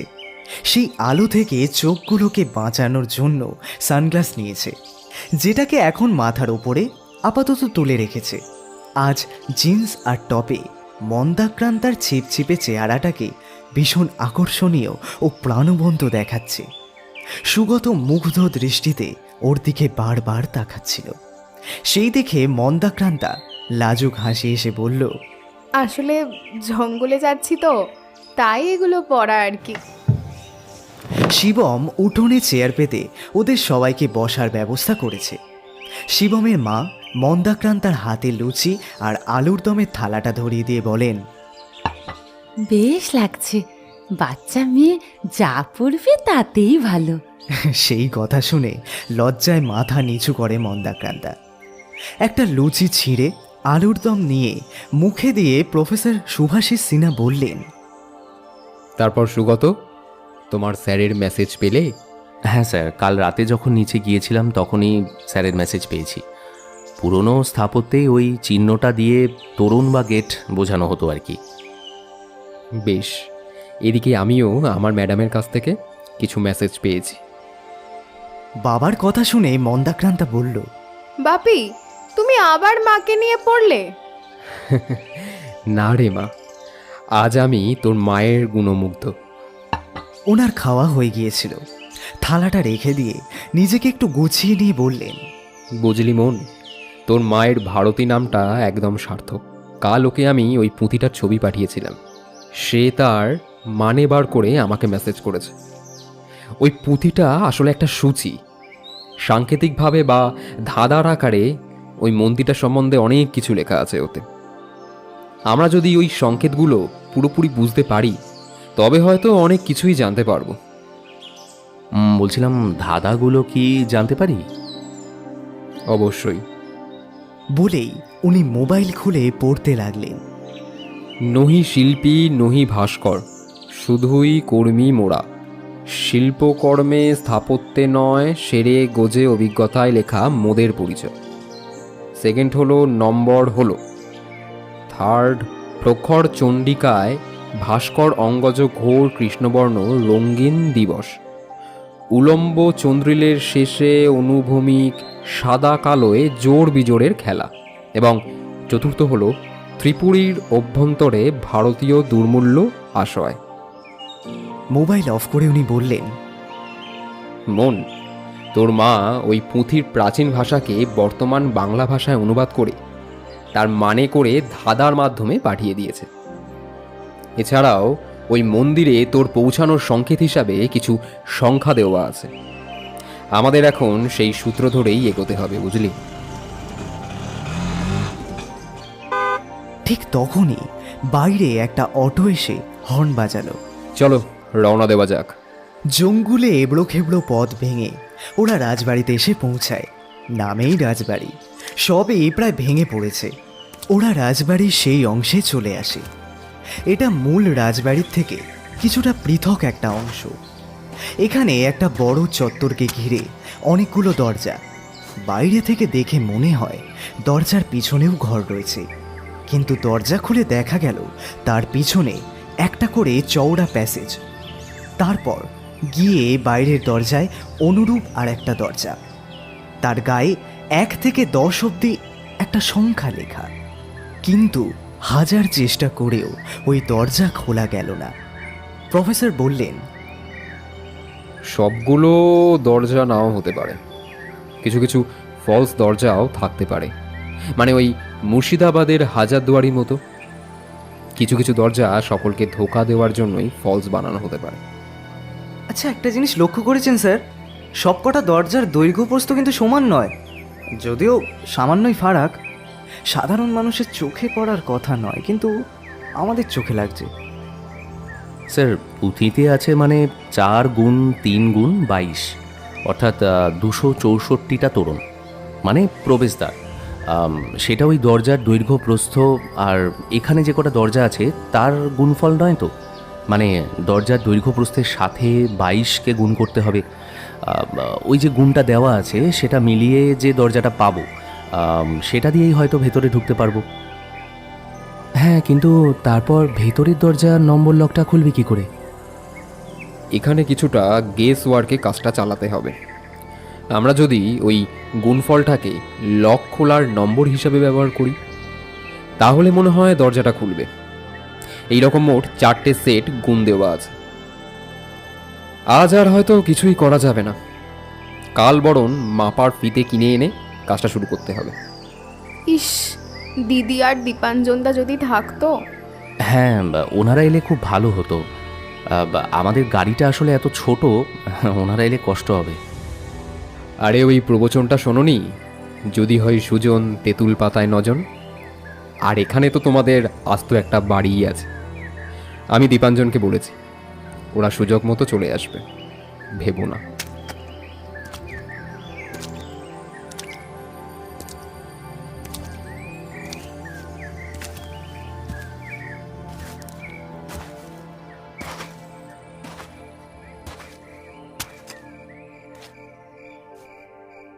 কথা বলতে বলতে ওরা বাড়ি পৌঁছে গেল।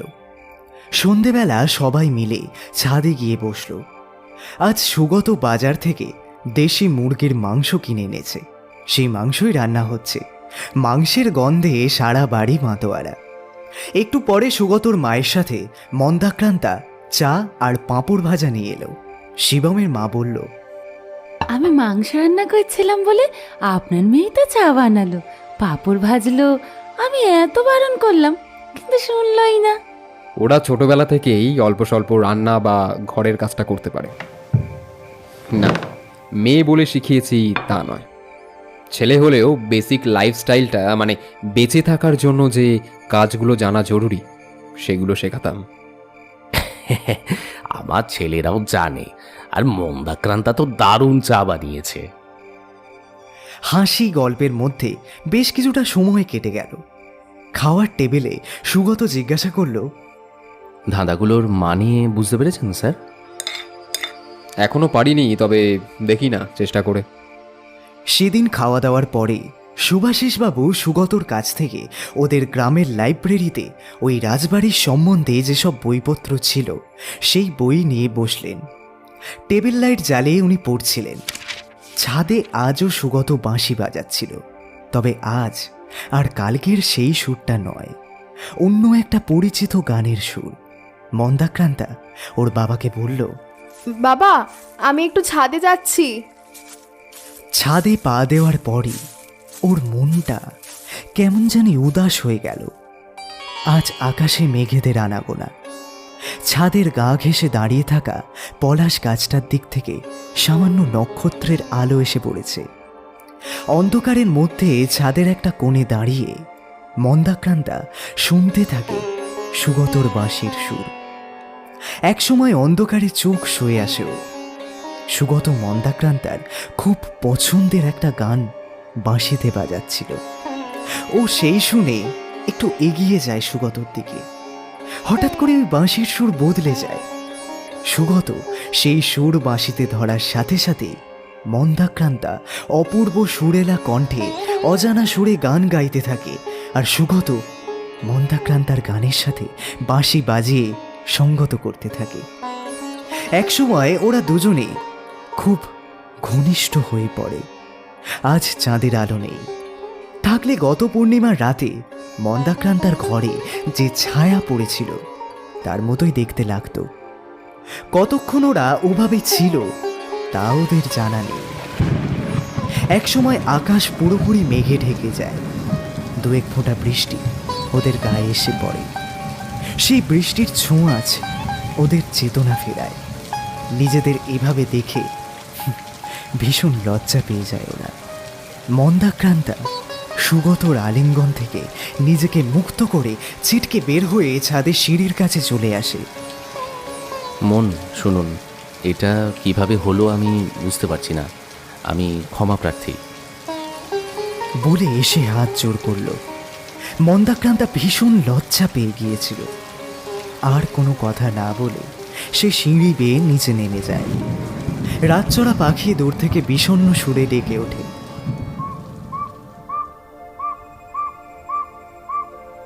পরদিন সকালে মন্দাক্রান্তা আর সুভাষিসবাবু সবার সাথে ওদের বাড়ির উঠানে জলখাবার খেতে বসে। আজ আর সুগত মন্দাক্রান্তার দিকে তাকাচ্ছিল না, মাথা নিচু করে অন্যমনস্কভাবে বসেছিল। মন্দাক্রান্তাও মাথা নিচু করেই বসে রইল। সুভাষিসবাবু যেন কিছু খেয়ালই করলেন না। তিনি সুগতকে বললেন, মাপার ফিতে আর একটা দাগ দেওয়ার জন্য একটা চক নিও। হ্যাঁ স্যার, নিয়েছি। একটু পরেই অটো এসে হর্ন দিলে ওরা বেরিয়ে পড়ে। অটো থেকে নেমে আগের দিনের মতোই জঙ্গলে রাস্তা বেয়ে ওরা চলতে থাকে। শিবম আর সুভাষিসবাবু এগিয়ে চললেন। মন্দাক্রান্তা আর সুগত একটু পিছিয়ে পড়েছিল।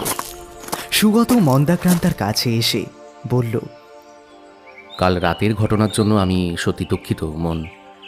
আমি এখনো বুঝতে পারছি না কি করে এটা হলো। আরে না না, আপনার কোনো দোষ নেই। আপনি তো একাই বাঁশি বাজাচ্ছিলেন, আমি তো ওখানে গিয়েছিলাম। তারপর কি যে হলো আমিও ঠিক বুঝতে পারছি না। না না, আপনি অকারণে নিজেকে দোষী ভাববেন না। ভোরের আলোয় ওর সতেজ স্নিগ্ধ রূপ ঝলমলিয়ে ওঠে।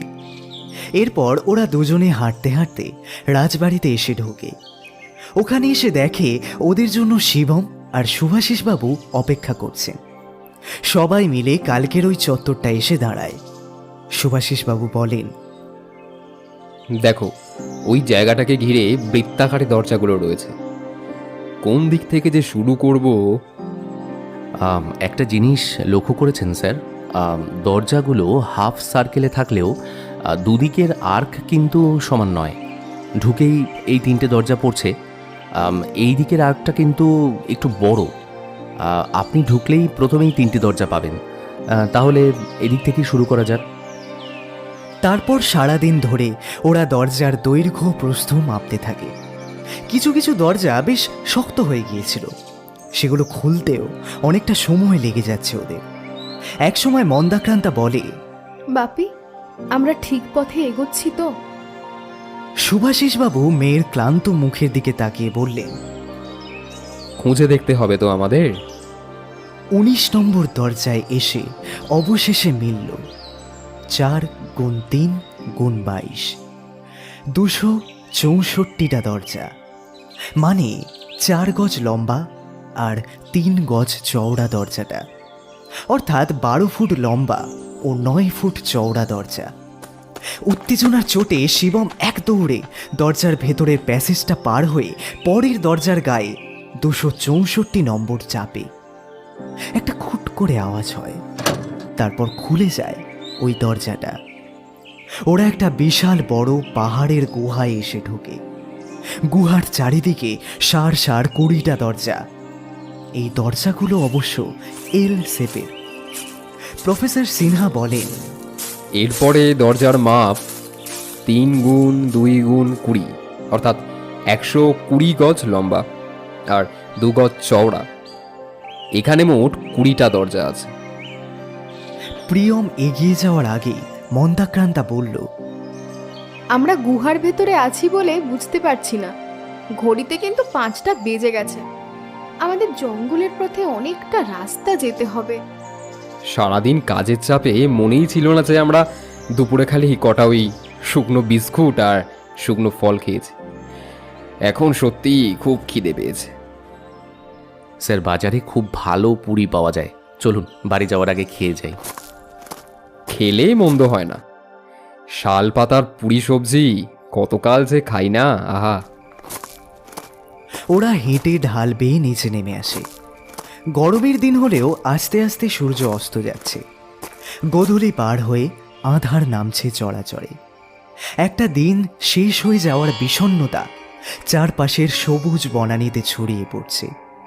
একটা নাম না জানা বুনো ফুলের গন্ধ এসে ঝাপটা দিয়ে গেল ওদের মুখে। পলাশ ফুলের সিঁদুরের রং অন্ধকারের চাদরে ঢেকে যাচ্ছে।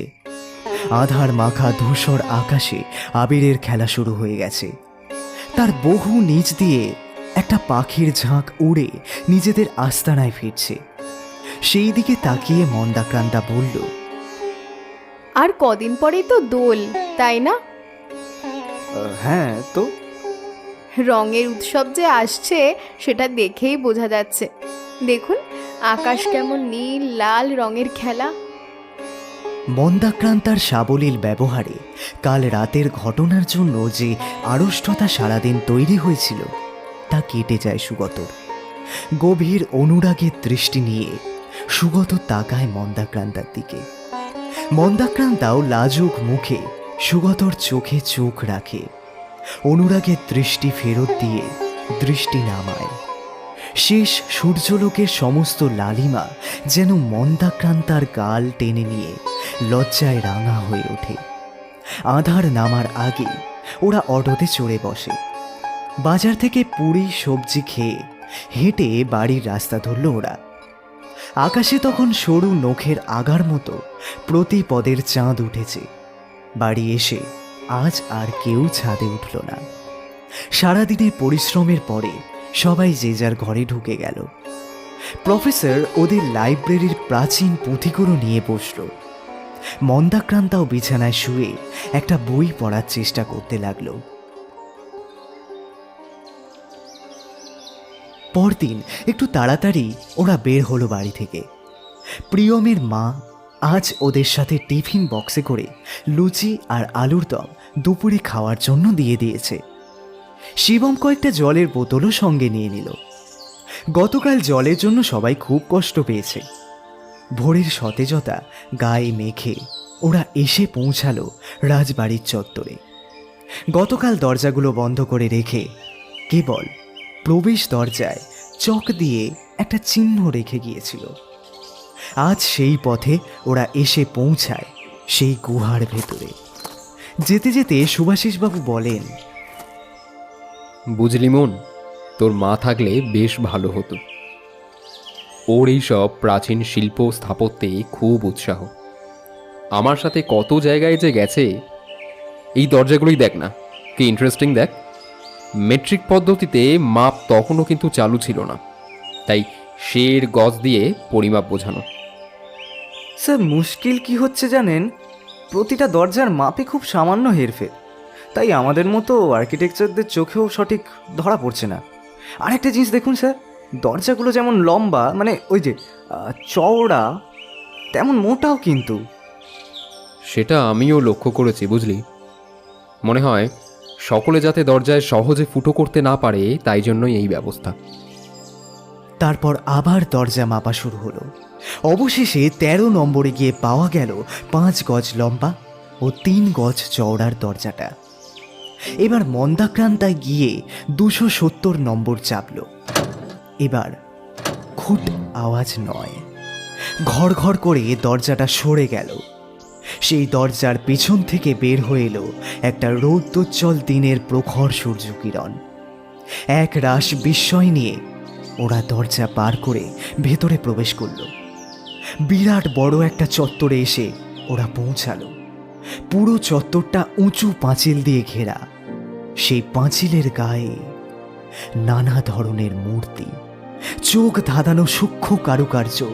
বেশ কিছু সময় কেটে গেল ওদের ওই মুগ্ধতা কাটাতে। প্রফেসরই প্রথম মুখ খুললেন। কি অসাধারণ! অবশ্য কোনো বিশেষণই আমার সেরকম ঠিক যথেষ্ট মনে হচ্ছে না। স্যার, এই তো পুরো ব্যাংকের ভল্টকেও হার মানিয়েছে। এত দরজা কেন? শিবম, যুগ যুগান্তর ধরেই অর্থের থেকেও ধর্মিকদের কাছে তাদের ধর্মই হলো বড়। বিধর্মীদের হাত থেকে মন্দিরকে রক্ষা করার জন্যই হয়তো এই নিরাপত্তা তৈরি করা হয়েছে। সে যুগে অনেক মন্দিরই মুসলমানদের হাত থেকে ধ্বংস হতো, সেই কারণেই হয়তো এই নিরাপত্তা। মন্দাক্রান্তা ঘুরে ঘুরে পাঁচিলের মূর্তিগুলো দেখছিল। সুগত মন্দাক্রান্তার কাছে এসে দেখল সে এক দৃষ্টে একটা নারী মূর্তির দিকে তাকিয়ে আছে। সুগত মন্দাক্রান্তাকে বলল, জানো মন, এসব দেখলে নিজেদের বড্ড নিষ্ঠুর মনে হয়। বিজ্ঞানের উন্নতির সাথে সাথে আমরা আর্কিটেকচার ইঞ্জিনিয়াররাও নিজেদের এক্সপার্ট বলে দাবি করি, কিন্তু দেখো আজ থেকে কয়েকশো বছর আগে এরা কি করে গেছেন, তাই না? দূর থেকে প্রফেসরের ডাক শুনে ওরা মূল মন্দিরের দিকে এগিয়ে গেল। সুভাষিসবাবু ওদের দেখে উত্তেজিত হয়ে বললেন, দেখো সুগত, মন্দিরের গর্ভগৃহে ঢুকতে গেলেও আবার দরজা খুলতে হবে। এখানে 16টা দরজা, আর দরজার সংকেত হলো 5 গুণ 3 গুণ 16, অর্থাৎ 240 গজ, 15 ফুট লম্বা ও 9 ফুট চওড়া দরজা। আর হ্যাঁ, এবারও প্রবেশ পথ দিয়েই শুরু করি। আরে, এদিক দিয়ে ঢুকলে আমাদের ডান দিকে মন্দির পড়তো। অনেক মন্দিরেই বাঁ দিক দিয়ে ঢুকতে হয়। হ্যাঁ, দক্ষিণেশ্বরের মন্দির। ভেবে দেখো বাপি, তুমি গঙ্গার দিক দিয়েই মন্দিরে ঢোকো বা পঞ্চবটির দিক দিয়ে, দুভাবেই কিন্তু মন্দিরটা বাঁ হাতে পড়বে। স্যার আসুন। ওরা তাড়াতাড়ি এগিয়ে গেল। মন্দিরের সামনে গিয়ে দেখে প্রিয়ম আর শিবম দুটো দরজাটা মেপে ফেলেছে। সূর্যের তেজ আস্তে আস্তে পড়ে আসছিল। টানা পরিশ্রমের জন্য প্রফেসরও একটু ক্লান্ত বোধ করছিলেন। সুগত বোধহয় সেটা বুঝতে পারছিল। ওরা দূরের থেকেই চেঁচিয়ে বলল, স্যার, স্যার আপনি ওখানেই বসুন, আমরা দেখছি। স্যার, পাওয়া গেছে। তোমরা চলে এলে যে? এই দীপাঞ্জন, বলছি স্যার আর মাসিমা আসছেন, মধুরা ম্যাডামও আসছেন, কিন্তু ওনার একটা কাজ পড়ে যাওয়ায় আসতে পারবেন না। আমাকে বলতে বারণ করেছিলেন, কিন্তু রাত 8টায় পুরুলিয়াতে ট্রেন আসবে। তারপর এত রাতে ওনারা একা আসতে পারবেন কি না সেটাই ভেবে বলা আর কি। স্যার, ওই সময় স্টেশনে গাড়িও থাকে না তেমন একটা, তাই আমরা বাজার থেকে গাড়ি ভাড়া করে ওনাদের আনতে যাব। কথায় কথায় ওরা গেটের কাছে চলে আসছিল। এমন সময় মন্দাক্রান্তা বলল, দেখো, আমরা একটা খাদের মতো জায়গায় আছি, আর ওই দূরে উপরে রাজবাড়ি, আর রাজবাড়ির এটা পিছন দিক। এখানে উঁচু পাঁচিল দেওয়া, পাঁচিলের পিছনে খালি রাজবাড়ির মাথাটা দেখা যাচ্ছে। আমি এটা ঢোকার সময় দেখেছি মন, এই কারণেই জানো আমরা রাজবাড়ি থেকে মন্দিরকে দেখতে পাই না। কাল গিয়ে দেখবেন, যদি রাজবাড়ির পাঁচিলের মাথায়ও ওঠেন তাহলেও হয়তো মন্দিরকে দেখা যাবে না। আবার আপনি কেন? একটু আগেই তো তুমি বলছিলেন। আচ্ছা ঠিক আছে, তাহলে দুজনেই তুমিতে নেমে আসি, কেমন? বেশ, তবে তাই হোক। ঘরে গিয়ে হাত মুখ ধুয়ে ফ্রেশ হয়ে নেয় ওরা। আজও ওরা বাজার থেকে পুরি আর সবজির সাথে অমৃতি খেয়ে এসেছে, আর শিবমের বাবা মায়ের জন্য খাবার প্যাকেট করে নিয়ে এসেছে। সেদিন কথায় কথায় শুনছিল শিবমের মা নাকি এই পুরি সবজির খুব ভক্ত, তাই আগেই মন্দাক্রান্তা ঠিক করে রেখেছিল ওনার জন্য আজ খাবার আনবে। এই কদিনে ওনাকে খুব ভালো লেগে গেছে ওর। কি সহজ সরল অথচ ব্যক্তিত্বপূর্ণ আচরণ। কথাগুলো ভাবতে ভাবতে ট্রলি ব্যাগ থেকে একটা শাড়ি বের করে ও। শাড়ির সাথে একটা ছোট্ট টিপ পরে ঘরের ছোট আয়নাটায় নিজেকে ভালো করে দেখে। বেশ খুশি হয় মন্দাক্রান্তা। না, বেশ ভালো দেখাচ্ছে তাকে। দীপাঞ্জন দা হানিমুন থেকে ফিরে এসে শাড়িটা তাকে গিফট করেছিল, বলেছিল, ছোট গিন্নি, এইবার এই শাড়িটায় খুশি থাকো, এরপরে তোমাকে ছাড়া এক পাও নড়ছি না। কথাগুলো মনে পড়তে নিজের মনেই হেসে ফেলে মন্দাক্রান্তা। এ বাড়ির ভেতরে নেটের সিগন্যাল রাতে একেবারেই পাওয়া যায় না। যে বইটা সাথে করে এনেছিল সেটাও পড়া হয়ে গেছে। ঘরে বড্ড দমবদ্ধ লাগছিল ওর। ঘরের বাইরে এসেও শিবমের বাবা মা কাউকেই দেখতে পেল না ও। অগত্যা একা একাই ছাদে চলে গেল। আজ চাঁদ আরও একটু বড় হয়েছে। মেঘমুক্ত আকাশে চাঁদের আলোর সাথে নক্ষত্রের আলো মিশে বেশ একটা আলো আঁধারের পরিবেশ রচনা করেছে। মন্দাক্রান্তার কি মনে করে ছাদের কোনায় পলাশ গাছটার দিকে এগিয়ে যায়। কিছুক্ষণ গাছটার দিকে তাকিয়ে থাকার পর কি যেন হয়ে গেল ওর। কোথা থেকে ওর কানে ভেসে আসে খুব চেনা একটা বাঁশির সুর। এই সুর কোনোদিন মন্দাক্রান্তা শুনেছে বলে মনে করতে পারছে না, অথচ অদ্ভুতভাবে এ যেন বহুকালের চেনা সুর। মন্দাক্রান্তা সেই সুরে গেয়ে ওঠে নাম না জানা এক প্রাচীন গান।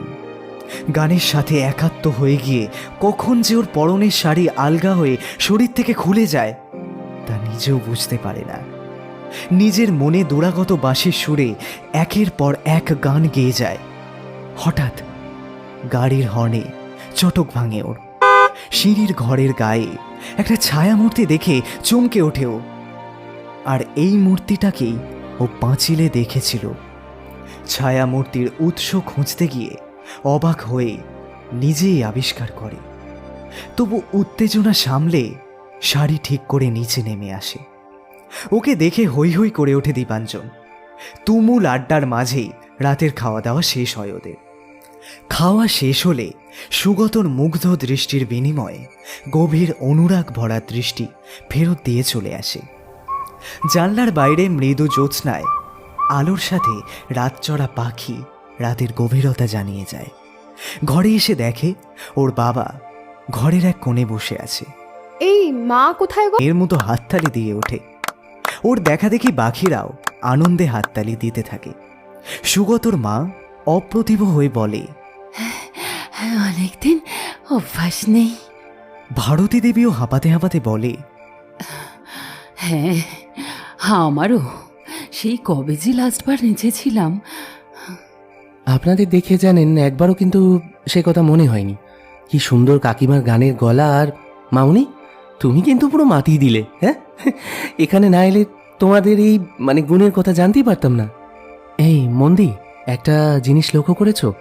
ওই পাঁচিলের গায়ের মূর্তিগুলোর উপরে আর নিচে একটা করে সংখ্যা। হ্যাঁ দেখেছি গো, আরও একটা জিনিসও লক্ষ্য করেছি জানো, উপরের সংখ্যাগুলো একটু যেন লুকোনো, আর ওই সংখ্যাগুলো বেশিরভাগই দশমিক সংখ্যা, মানে পূরণ সংখ্যা নয়। ভারতী দেবী এক মনে ওদের কথাগুলো শুনছিল। ওনাকে দেখে এখন কে বলবে, একটু আগেও উনি কিশোরীর মতো উজ্জ্বল ছিলেন। বেশ সিরিয়াসভাবে উনি বললেন, আমি ওই জায়গাটা দেখিনি, তবু গাড়িতে আস্তে আস্তে শিবম আর সুগতর মুখে যেটুকু শুনলাম তাতে মনে হচ্ছে এরপর কিছু সূত্র আমাদের সমাধান করতে হবে। তোমাকে আমি কিছু ধাঁধা পাঠিয়েছিলাম, ওই যে গো, ওই নই শিল্পী নই ভাস্কর। হ্যাঁ, কিন্তু সেটা এখনো ঠিক বুঝতে পারলাম না। ওই পুঁথির ব্যাপারে আমি খুব অবাক হয়েছি জানো। প্রথম কথা, পুঁথিটা প্রাচীন বাংলার সাথে বিভিন্ন প্রাচীন প্রেক্ষাপটে লেখা, তার মধ্যে বেশ কিছু সাংকেতিক ভাষাও আছে, কিছু বাংলার আবার কিছু তিব্বতের। আমি তোমাদের সুবিধার জন্য মোটামুটি একটা ভাবার্থ তাকে ধাঁধা করেছি। সেটা আমিও বুঝতে পারছি। আমি মন্দিরে আরও একটা জিনিস দেখেছি, ভেবেছিলাম ওটা আর একটু ভালো করে দেখব, কিন্তু তোমরা আসবে বলে আর সেটার সময় পেলাম না। কি দেখেছো বাপি? মন্দিরের গেটের পাশে একটা পাঁচিলে দেখলাম কতগুলো সংখ্যা আর গাণিতিক চিহ্ন পরপর খোদাই করা। সেগুলো কি কাল গিয়ে দেখব? সত্যি ভাবা যায় না যে কি অসাধারণ স্থাপত্য, কত গণনা করে মন্দিরের নকশার পরিকল্পনা করা হয়েছিল। চলো এবার সবাই আমরা ঘুমোতে যাই। গভীর রাতে বিছানায় শুয়ে নির্ঘুম চোখে মন্দাক্রান্তা ভাবতে লাগলো মন্দিরের প্রাচীরে দেখা সেই মূর্তিটার কথা। অনেকগুলো মূর্তির সাথে স্বল্প বসনা সেই মূর্তি, আকারে যথেষ্ট ক্ষুদ্র, কিন্তু যেটুকু দেখেছে সেখানে বাড়ির আয়নায় দেখা সেই মেয়েটার সাথে নাকি তার নিজের সাথে বড্ড মিল পায়ও। একসময় ঘুম চোখ ভেঙে আসে, আধো ঘুমে সেই স্পর্শটা আবার পায়। বড্ড চেনা অথচ অচেনা সেই স্পর্শ একটা ভালো লাগার আবেশ নিয়ে গভীর ঘুমে তলিয়ে যায় সে।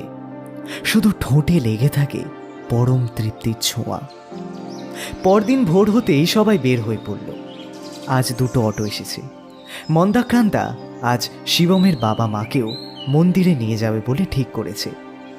দীপাঞ্জনরা কাল কলকাতা থেকে অনেক খাবার নিয়ে এসেছিল, আজ সেগুলো অটোতে তুলে নিয়েছে। জঙ্গলে ঢোকার আগে একটা চায়ের দোকানে সবাই চা খেতে দাঁড়ায়। দীপাঞ্জন আফসোসের সুর ফুটিয়ে বলে, ইস, যদি একটা গাড়িতে সবাই যেতে পারতাম, গান শুনতে শুনতে যাওয়া যেত। হ্যাঁ, আজ একটা বাস ভাড়া করলে খুব ভালো হতো, মজা করে নাচতে নাচতে যেতাম। ওর কথা শুনে সবাই হেসে ওঠে। অটো ওদের নিয়ে জঙ্গল পেরিয়ে এসে পৌঁছায় রাজবাড়িতে। আজ গেট পেরিয়ে মন্দিরে ঢুকেই প্রাচীরের গায়ের ওই লিপিটার সামনে এসে দাঁড়ায় শুভাশিসবাবু আর ভারতী দেবী। বাকিরা মন্দির চত্বরে ছড়িয়ে পড়ে। বেশ কিছুক্ষণ পরে শুভাশিসবাবু সবাইকে ডেকে মন্দির চত্বরে বসেন। সূর্য প্রায় মাথার উপরে উঠে এসেছিল। মার্চ মাসের গরমেও সবার কাহিল দশা। সুগত একটা ছায়া মতো জায়গায় সবাইকে নিয়ে গোল হয়ে বসেন। শুভাশিসবাবু গরমের তেজ থেকে বাঁচার জন্য একটা গাছের তলায় বসেন। মন্দিরের এই দিকটা খোলা, এমনকি সীমানার প্রাচীরও নেই। অনেকগুলো পাথর এদিকে ওদিকে ফেলা। মন্দিরের এই দিকটা আর পেছন দিকের কাজ অসম্পূর্ণ। এই দুটো দিকেই মন্দিরের সীমানা শেষ হওয়ার পরেই জঙ্গল আর খাদ শুরু হয়েছে। এমনকি মূল মন্দিরের ওই দিকের দুটো প্রাচীরের গায়ের কারুকাজ করাও নেই। মন্দিরটা ন্যাড়া পাহাড়ের ওপর বলেই হয়তো গাছপালা নেই। এমনকি পুরো মন্দির চত্বর পাথর দিয়ে বাঁধানো বলেই ঘাসপালাও খুব বেশি নেই। এদিকটাতে সীমানার বাইরে কয়েকটা গাছের ছায়া পড়ে। তার তলায় বসেই শুভাশিসবাবু বলতে শুরু করেন, ওই প্রাচীরের ওখানকার দেওয়ালে যে পাথরটা তোমরা কাল দেখেছো, মানে যার গায়ে সংখ্যা লেখা আছে, সেটা আসলে কি জানো? ওটা আসলে একটা ক্যালেন্ডার। মানে ঠিক ক্যালেন্ডার নয়, তবে ওই রকমই বলতে পারো। এইভাবে দিন মাস এগুলো হিসেব হয়েছে? একটু অন্যরকমভাবে বর্ষপঞ্জিটা শুরু হয়েছে। মন্দিরটা শিবের মন্দির। সোমবারকে সপ্তাহের প্রথম দিন, অর্থাৎ সোমবার হলো 1, মঙ্গলবার হলো 2 আর বুধবার 3, এই রকমভাবে হিসাব করা হয়েছে। আবার কোনো মাসের কথা কিন্তু এখানে বলা হয়নি, কেবলমাত্র ঋতু দিয়ে বছর গণনা করা হয়েছে। সেই হিসাবে বছরটা 6টা ঋতুতে ভাগ হয়েছে। মন্দিরের শিলান্যাস করা হয়েছিল গ্রীষ্মকালে, সুতরাং গ্রীষ্ম 1, বর্ষা 2, শরৎ 3, এইভাবেই বছর গণনা হয়েছে। আর দিনের গণনা হয়েছে পূর্ণিমা ও অমাবস্যা তিথি দিয়ে। প্রতিপদ 1, দ্বিতীয়া 2, তৃতীয়া 3, এইভাবেই পূর্ণিমা আর অমাবস্যা 15। আর ওই দিকের ওই প্রাচীরটা দেখেছো? বলে আঙুল দিয়ে একটা পাথরের পাঁচিল দেখান। কিভাবে? তুমি আর মন সেদিন মূর্তির নিচে যে সংখ্যাগুলোর কথা বলেছিলে, এখানে তারই হদিস দেওয়া রয়েছে। যেমন ধরো, প্রথম মূর্তি স্থাপন হয়েছিল বর্ষাকালের বৃহস্পতিবার পূর্ণিমায়, তাই পূর্ণিমা 15 গুণ বৃহস্পতিবার 4 গুণ বর্ষাকাল 2, অর্থাৎ 15 গুণ 4 গুণ 2, অর্থাৎ 120 নম্বরের মূর্তিটা প্রথম বসানো হয়েছিল। এইভাবে মূর্তির নিচে সংখ্যার মাধ্যমে কোন মূর্তি বা অনেকগুলো মূর্তি দিয়ে যখন কোনো কিছু একটা চিত্র আঁকা রয়েছে, ওই যে দেখো ওখানে রামের বনবাস চিত্রটি খোদাই করা রয়েছে। সেখানে পুরো ছবিটা কবে স্থাপন করা হয়েছিল সেই দিনটা নিচের সংখ্যার মাধ্যমে দেওয়া আছে। আর ওই পাঁচিলে দিনগুলোর হিসাব ক্রমান্বয়ে রয়েছে। নিচের তারিখের হিসেব নয় বুঝলাম, কিন্তু মূর্তিগুলোর উপরে যে সংখ্যাগুলো দেওয়া আছে ওগুলো কি? মানে ওখানে বেশিরভাগ সংখ্যাই আবার দশমিকে রয়েছে। সেটা এখনও বুঝতে পারছি না। আচ্ছা চলো আমরা মন্দিরের ভেতরে যাই। ওরা মন্দিরের সামনে এসে আগের দরজার ভেতর দিয়ে ঢুকে পরের দরজায় 240 নম্বরে চাপ দিতেই গর্ভগৃহের দরজা খুলে গেল। ওরা দরজার ভেতরে ঢুকল। গর্ভগৃহের মধ্যে কিছু ছড়ানো ছিটানো পাথর, অর্ধেক বানানো মূর্তি পড়ে রয়েছে। গর্ভগৃহের একদম সামনে দেওয়ালে ভগবান শিবের অপূর্ব সুন্দর একটি মূর্তি। দীপাঞ্জন ভালো করে মূর্তিটা দেখে বলল, এটাই কি মন্দিরের দেবতা? কি সুন্দর! সুগত মূর্তিটাকে কাছের থেকে দেখার জন্য দীপাঞ্জনের দিকে এগোতে গিয়ে শিবের মূর্তির নিচের বেদের সঙ্গে ধাক্কা খায়, আর তখনই একটা পাথর খসে পড়ে যায়। সুগত তাড়াতাড়ি পাথরটাকে তুলে নিয়ে দেখে ওটার কোনো ক্ষতি হয়নি। ও মাথা নিচু করে পাথরটা বেদের গায়ে আটকাতে যায়। তখনই চিৎকার করে বলে, আরে এখানে তো আরও একটা নম্বর লক রয়েছে, তার মানে আরও একটা দরজা আছে, কিন্তু নম্বরটা কোথায় পাবো? মন্দিরটা কিন্তু দারুণ না? তবে শেষ হলে হয়তো আরও ভালো হতো। সূর্য ডোবার আগেই সবাই বাড়ির দিকে রওনা দেয়। আজ বাড়ি ফিরে সবাই বেশ চুপচাপ। একমাত্র সুগতর মা রান্নাঘরে টুকটাক কাজ সারছে। একটু পরে তিনি সবার জন্য চা নিয়ে বারান্দায় আসেন। বারান্দা দিয়ে দক্ষিণা বাতাস আসছিল। ভারতী দেবী চায়ের কাপটা টেবিলে রেখে শুভাশিসবাবুর উদ্দেশ্যে বলেন, তুমি আমাকে সেদিন যে পুঁথিটা পিডিএফ করে পাঠিয়েছিলে, সেই পুঁথিতে 2-1টা দুর্মূল্য পুঁথির হদিশ পেয়েছি। আমার মনে হয় তোমাকে যেগুলো ধাঁধার মতো করে পাঠিয়েছি সেগুলো বুঝতে পারলেই হয়তো আমরা অনেক কিছু জানতে পারবো।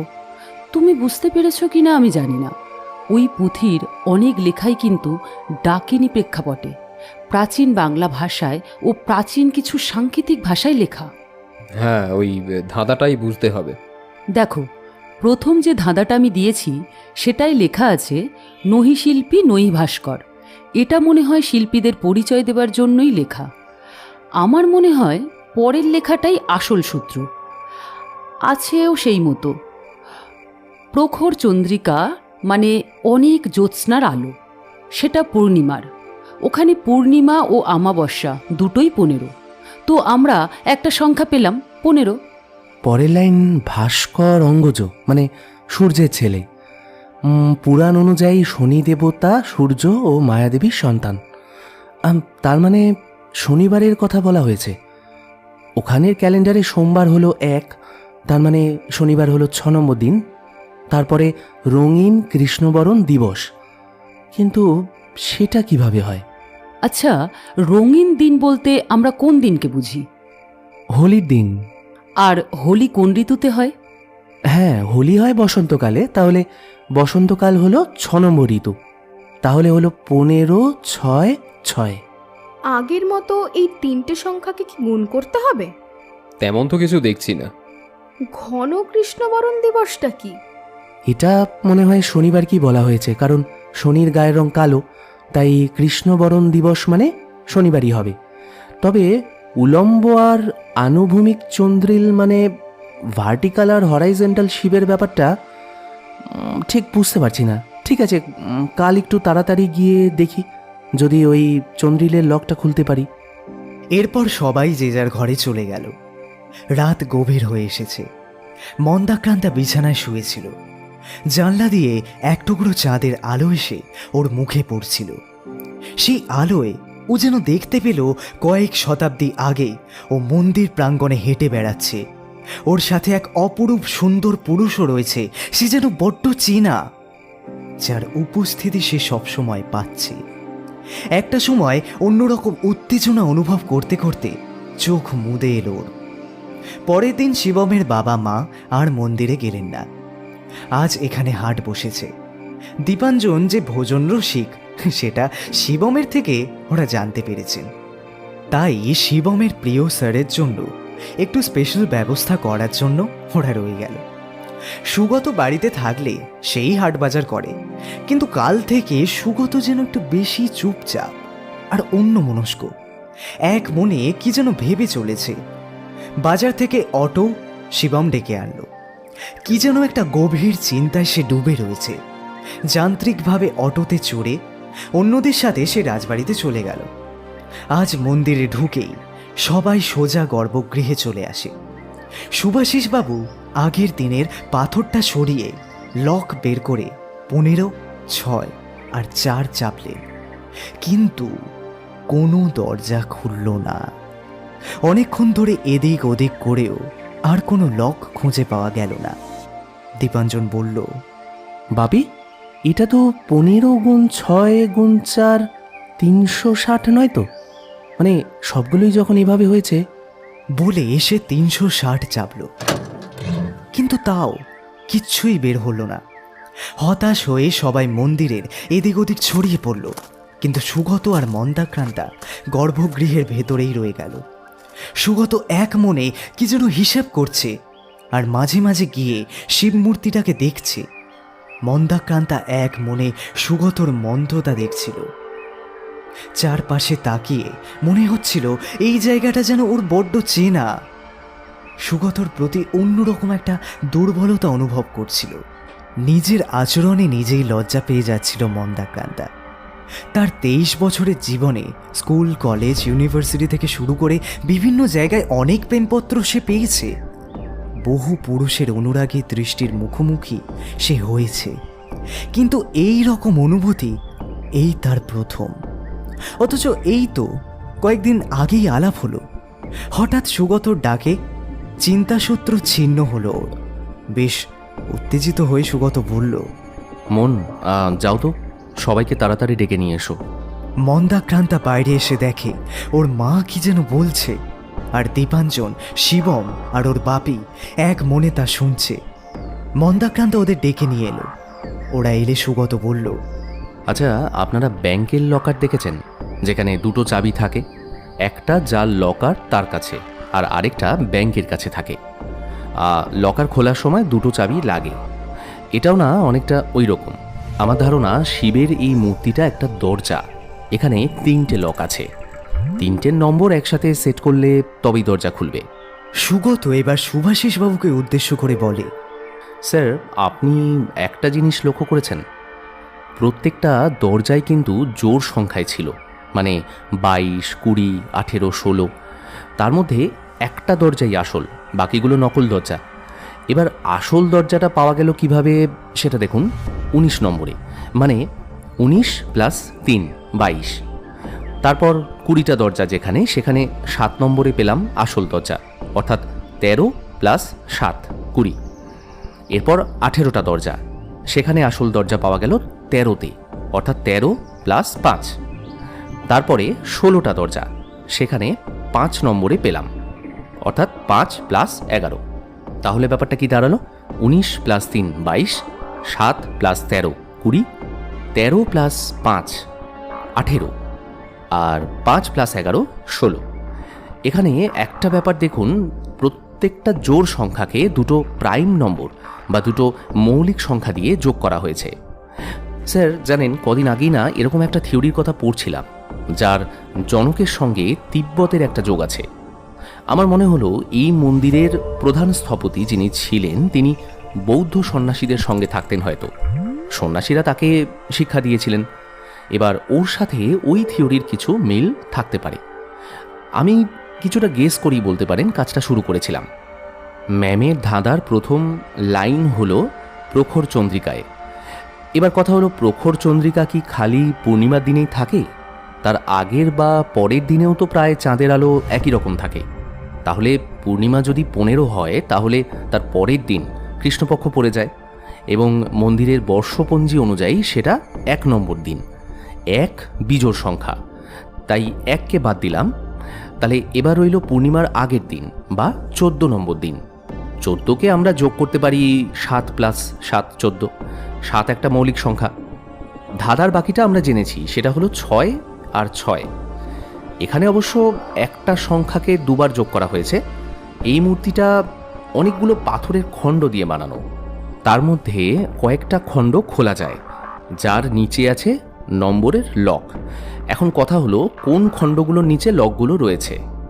এখানে 3টে সারিতে পাথরখণ্ড সাজিয়ে শিবের মূর্তিটা তৈরি করা হয়েছে। আমার গায়ে ধাক্কা লেগে যে পাথরটা পড়ে গেল, সেটা নিচের সারির 3 নম্বর পাথর। অবশ্যই আগের মতো দরজার দিক থেকে গণনা করছি। তার মানে এখানে হলো 3 প্লাস 3। এরপরে রয়েছে 14টা পাথরের খণ্ড। এখানেও আমি 7 নম্বর পাথরটাকে খুলতে পারলাম এবং তার নিচে একটা নম্বর লক পেলাম। এবার শেষের সারিতে দেখুন, ওখানেও রয়েছে 6টা পাথরের খণ্ড। তাহলে এখানেও পেলাম 3 প্লাস 3, অর্থাৎ 3টে লক। এবার প্রথম লক হলো 3 প্লাস 3, তাই আমি 3কে দুবার চাপ দিলাম। এরপরে হলো 7 প্লাস 7, তাহলে আমি 7কেও দুবার চাপলাম। এরপরে আবারও 3 প্লাস 3, আমি আবার 3কে দুবার চাপলাম। দীপাঞ্জনার শিবম হুররে করে সবাইকে নিয়ে ভেতরে ঢুকে পড়ে। ভেতরটা পুরোপুরি অন্ধকার, সবাই মোবাইলে ফ্ল্যাশ লাইট জ্বালায়। মন্দাক্রান্তা ওর ব্যাগের থেকে ব্যাটারির আলোটা বের করে জ্বালায়। কয়েকটা সিঁড়ি পার হয়ে ওরা একটা বিশাল বড় ঘরের ভেতরে চলে আসে। ঘরের কোণের একটা তাকে কতগুলো অতি প্রাচীন পুঁথি ও একটা তেঞ্জুরও পাওয়া গেল। আলো ধরে ওরা ঘরের আরো ভেতরের দিকে এগিয়ে এলো। সেখানে একটা বেদের উপরে এক জোড়া কঙ্কাল আলিঙ্গনবদ্ধ অবস্থায় পড়ে রয়েছে, আর তার পিছনের একটা শিবের মূর্তি, ঠিক যেমন মূর্তি বাইরের দরজায় রয়েছে। কিছুক্ষণ পরে মন্দাক্রান্তা প্রথম কথা বলে। কঙ্কাল দুটো কাদের সেটা যদি একটু জানা যেত। আহারে, না জানি কত কষ্ট পেয়ে মারা গেছে। হ্যাঁ, সেটা জানতে পারলে তো ভালোই হতো। আচ্ছা, আমি বলছিলাম কি, যদি পুঁথিগুলোকে বাড়িতে নিয়ে গিয়ে একটু পড়াশুনো করতে পারতাম, তাহলে হয়তো কিছু জানতে পারতাম ওদের সম্বন্ধে। আরে, এখানে তো একটা বাঁশি পড়ে আছে। সবাই চমকে উঠে তাকিয়ে দেখল কঙ্কাল দুটোর মাঝে একটা বাঁশি পড়ে আছে। সুগত বাঁশিটা তুলে নিল, তারপর বাজাতে শুরু করলো। সেই বাঁশির সুরে মন্দাক্রান্তাও এক অজানা প্রাচীন গান সুর করে গাইতে থাকলো। মন্দাক্রান্তা এগিয়ে গেল সুগতর দিকে। সুগতর আলিঙ্গনে ধরা দিয়ে ওর বাঁশির সুরে একাত্ম হয়ে গাইতে লাগলো সে। ওরা ভুলে গেল পারিপার্শ্বিক অবস্থার কথা। এ যেন জন্ম জন্মান্তরের সুর। যুগ যুগান্তর ওপার হতে ওদের মাঝে এই সুর ভেসে এসেছে। ওদের এই অবস্থায় দেখে অবাক হয়ে যায় সবাই। একটু পরে শিবম এসে ধাক্কা দিয়ে বলে, এই দাদা, কি করছিস? শিবমের ধাক্কায় সুগতর হাত থেকে বাঁশিটা পড়ে গিয়ে ভেঙে যায়। বাঁশির সুর বন্ধ হওয়ার সাথে সাথেই মন্দাক্রান্তার গানও থেমে যায়। ওরাও নিজেদের সামলে নিয়ে বাস্তবের মাটিতে এসে দাঁড়ায়। শুভাশিসবাবু বলেন, চলো এবার যাওয়া যাক। আজ বাড়ি এসে স্নান খাওয়া দাওয়া করেই শুভাশিসবাবু ঘরে ঢুকে গেলেন। দরজা বন্ধ করে এক মনে পড়াশোনা করছেন, আর মাঝে মাঝে খালি দীপাঞ্জনকে ডাকছেন। শিবমের মায়ের সাথে সারা দুপুর ধরে ভারতী দেবী গল্প করছেন। বিকেল থেকে দুজনে মিলে রান্না করেছেন। দুজনের বন্ধুত্ব দেখে কে বলবে মাত্র দিন দুয়েক আগে এদের আলাপ। মন্দাক্রান্তারও খুব গরম লাগছিল। সে ছাদে এসে একান্তে পলাশ গাছটার দিকে তাকিয়েছিল। আজই ওর এই বাড়িতে শেষ দিন। কাল এমন সময় কলকাতায় ফেরার ট্রেন থাকবে, তাই আজ মনটা বড় ভারাক্রান্ত হয়ে উঠেছে। সুগতর কথা মনে পড়তে বুকের ভেতরে একটা অব্যক্ত কষ্ট মোচড় দিয়ে উঠছে। এমন সময় পেছন থেকে সুগতর গলা শুনে পিছন ফিরে দেখে কখন যেন সুগত সিঁড়ি বেয়ে ছাদে এসে দাঁড়িয়েছে। গভীর অনুরাগ মেশানো গলায় সে বলল, মন, রাজবাড়ির ঘটনার জন্য আমি দুঃখিত। আমি নিজেও জানি না আমার কি হয়েছিল। তুমি কিন্তু অকারণে নিজেকে দোষী ভাবছো সুগত। আমরা দুজনে নিজেরাও জানি না কেন এরকম হচ্ছে। সত্যি কি হচ্ছে আমি বুঝতে পারছি না মন। মন দেখো, আমি সোজা কথা সোজাভাবে বলতেই ভালোবাসি। আমিও সোজা কথা শুনতেই ভালোবাসি। তোমাকে আমি ভালোবেসে ফেলেছি মন। যদিও তোমার আমার প্রতি একই অনুভূতি থাকে, তবে জানিও তারা নেই, সময় নিয়ে বলো। আসলে কি জানো তো, তোমার সাথে আমার সামাজিক বৈষম্য অনেক, তাই ভেবে বলো। তবে চিন্তা করো না, তোমার উত্তর যদি নাও থাকে তবে তোমার সাথে আমার বন্ধুত্ব সারা জীবন থাকবে। চলো নিচে যাই, রান্না বোধহয় হয়ে গেছে। দাঁড়াও সুগত, আমিও সোজা কথার উত্তর সোজাভাবেই দিই। এ কদিনে তুমিও আমার মন জয় করে নিয়েছ, আর আমার ভাবাও হয়ে গিয়েছে। ভালোবাসি তোমায় সুগত। সুগত মন্দাক্রান্তার কাছে এগিয়ে এসে আলতো করে ওর চিবুকটা তুলে ধরল। শুক্ল পক্ষের স্নিগ্ধ জ্যোৎস্নার আলো পড়ে অনুরাগে রাঙানো মন্দাক্রান্তার মুখ জলজল করতে থাকল। ওর সেই জ্যোৎস্না মাখা স্নিগ্ধ রূপ দেখে সুগত নিজেকে আর সামলাতে পারে না। যৌবনের সংযম ভেঙে মন্দাক্রান্তার কপালে আলতো করে ভালোবাসার চুম্বন এঁকে দেয়। সর্পিনীর মতো নয়, বটবৃক্ষকে যেমন নির্ভরতার লতাগুল্ম আঁকড়ে ধরে, মন্দাক্রান্তাও তেমনি নির্ভরতায় আঁকড়ে ধরল সুগতকে। মন্দাক্রান্তাকে নিবিড় আলিঙ্গনে আবদ্ধ করে সুগত তারপর পরম আশ্লেষে নিজের ঠোঁট ডুবিয়ে দেয় মন্দাক্রান্তার ঠোঁটে। ভালোবাসার আবেশে মুদে আসে মন্দাক্রান্তার সমস্ত শরীর। সুগতর বাহুডোরে নিজেকে সঁপে দেয় সে। শকতোক্তির মতো সুগত বলতে থাকে, মন, আমি তোমাকে ভালোবাসি। ওদের ভালোবাসার সাক্ষী হয় ছাদের পাশের পলাশ গাছটা। জ্যোৎস্নার আলো আধারিতে ওদের ছায়া পড়ে চিলেকোঠার দেওয়ালে। একই রকম ছায়া কদিন আগে মন্দাক্রান্তার ঘরের দেওয়ালে পড়েছিল। কতক্ষণ এভাবে ওরা ছিল তা ওরা নিজেরাও জানে না। হঠাৎ একটা দমকা হাওয়া দেয়, কোথা থেকে এক চিলতে মেঘ এসে ঢেকে দেয় চাঁদকে। এবার মন্দাক্রান্তার হুঁশ ফেরে। সুগতর বাহুডোর থেকে নিজেকে মুক্ত করে বলে, চলো এবার নিচে যাই। হ্যাঁ বেশ, চলো। তারপর এক রাশ ভালো লাগা বুকে নিয়ে সুগতর পিছন পিছন নেমে আসে সে। রাত গভীর হয়ে আসে। সারাদিনের ক্লান্তিতে ঘুম নেমে আসে মন্দাক্রান্তার চোখে। বিছানায় শুয়ে সুগতর কথা ভাবতে ভাবতে গভীর ঘুমে তলিয়ে যায় ও। জানলা দিয়ে এক চিলতে সূর্যের আলো এসে মন্দাক্রান্তার চোখে পড়ায় ঘুমটা ভেঙে যায় ওর। চোখ খুলে বিছানায় উঠে বসে দেখে তখন ওর বাপি আর মা টেবিল লাইটের আলোয় পড়াশোনা করছে। সেই দেখে মন্দাক্রান্তা বলে, বাপি, তোমরা একা একাই সব পড়ে নিলে? আমাকে ডাকতে পারতে তো। এই লেখার অনেক কিছুই তুই পড়তে পারতিস না রে মা, তাই তোকে ডাকিনি। তবে ভাবিস না, সবই আমার মোবাইলে পিডিএফে করা আছে, বাড়ি গিয়ে তোকে সব বুঝিয়ে দেব। এখন বরং তুই যা তো, তুই গিয়ে আমার আর তোর মায়ের জন্য একটু চা করে নিয়ে আয়।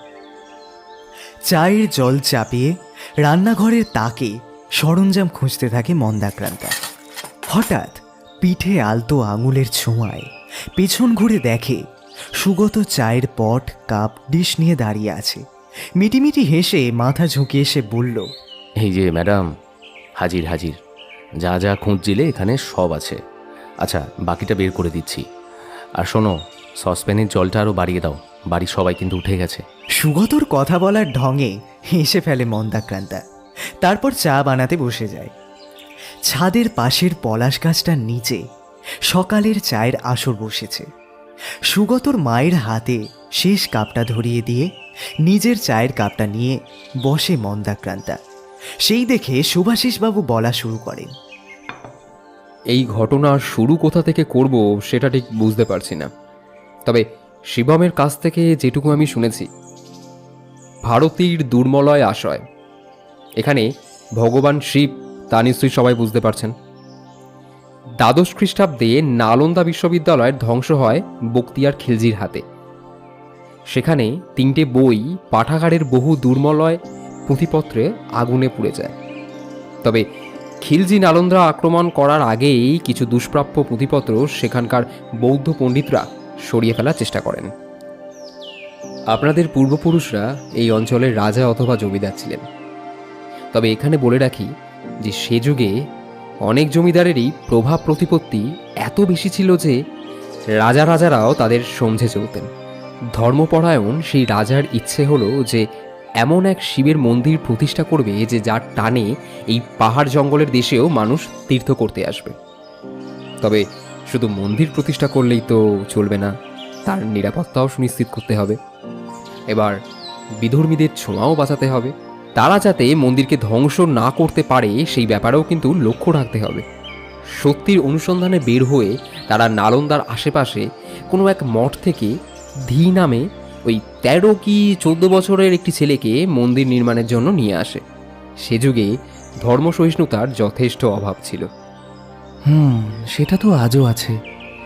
বৌদ্ধ তেঞ্জোরকে হিন্দু রাজার খুব একটা সমাদরের চোখে না দেখাটাই স্বাভাবিক।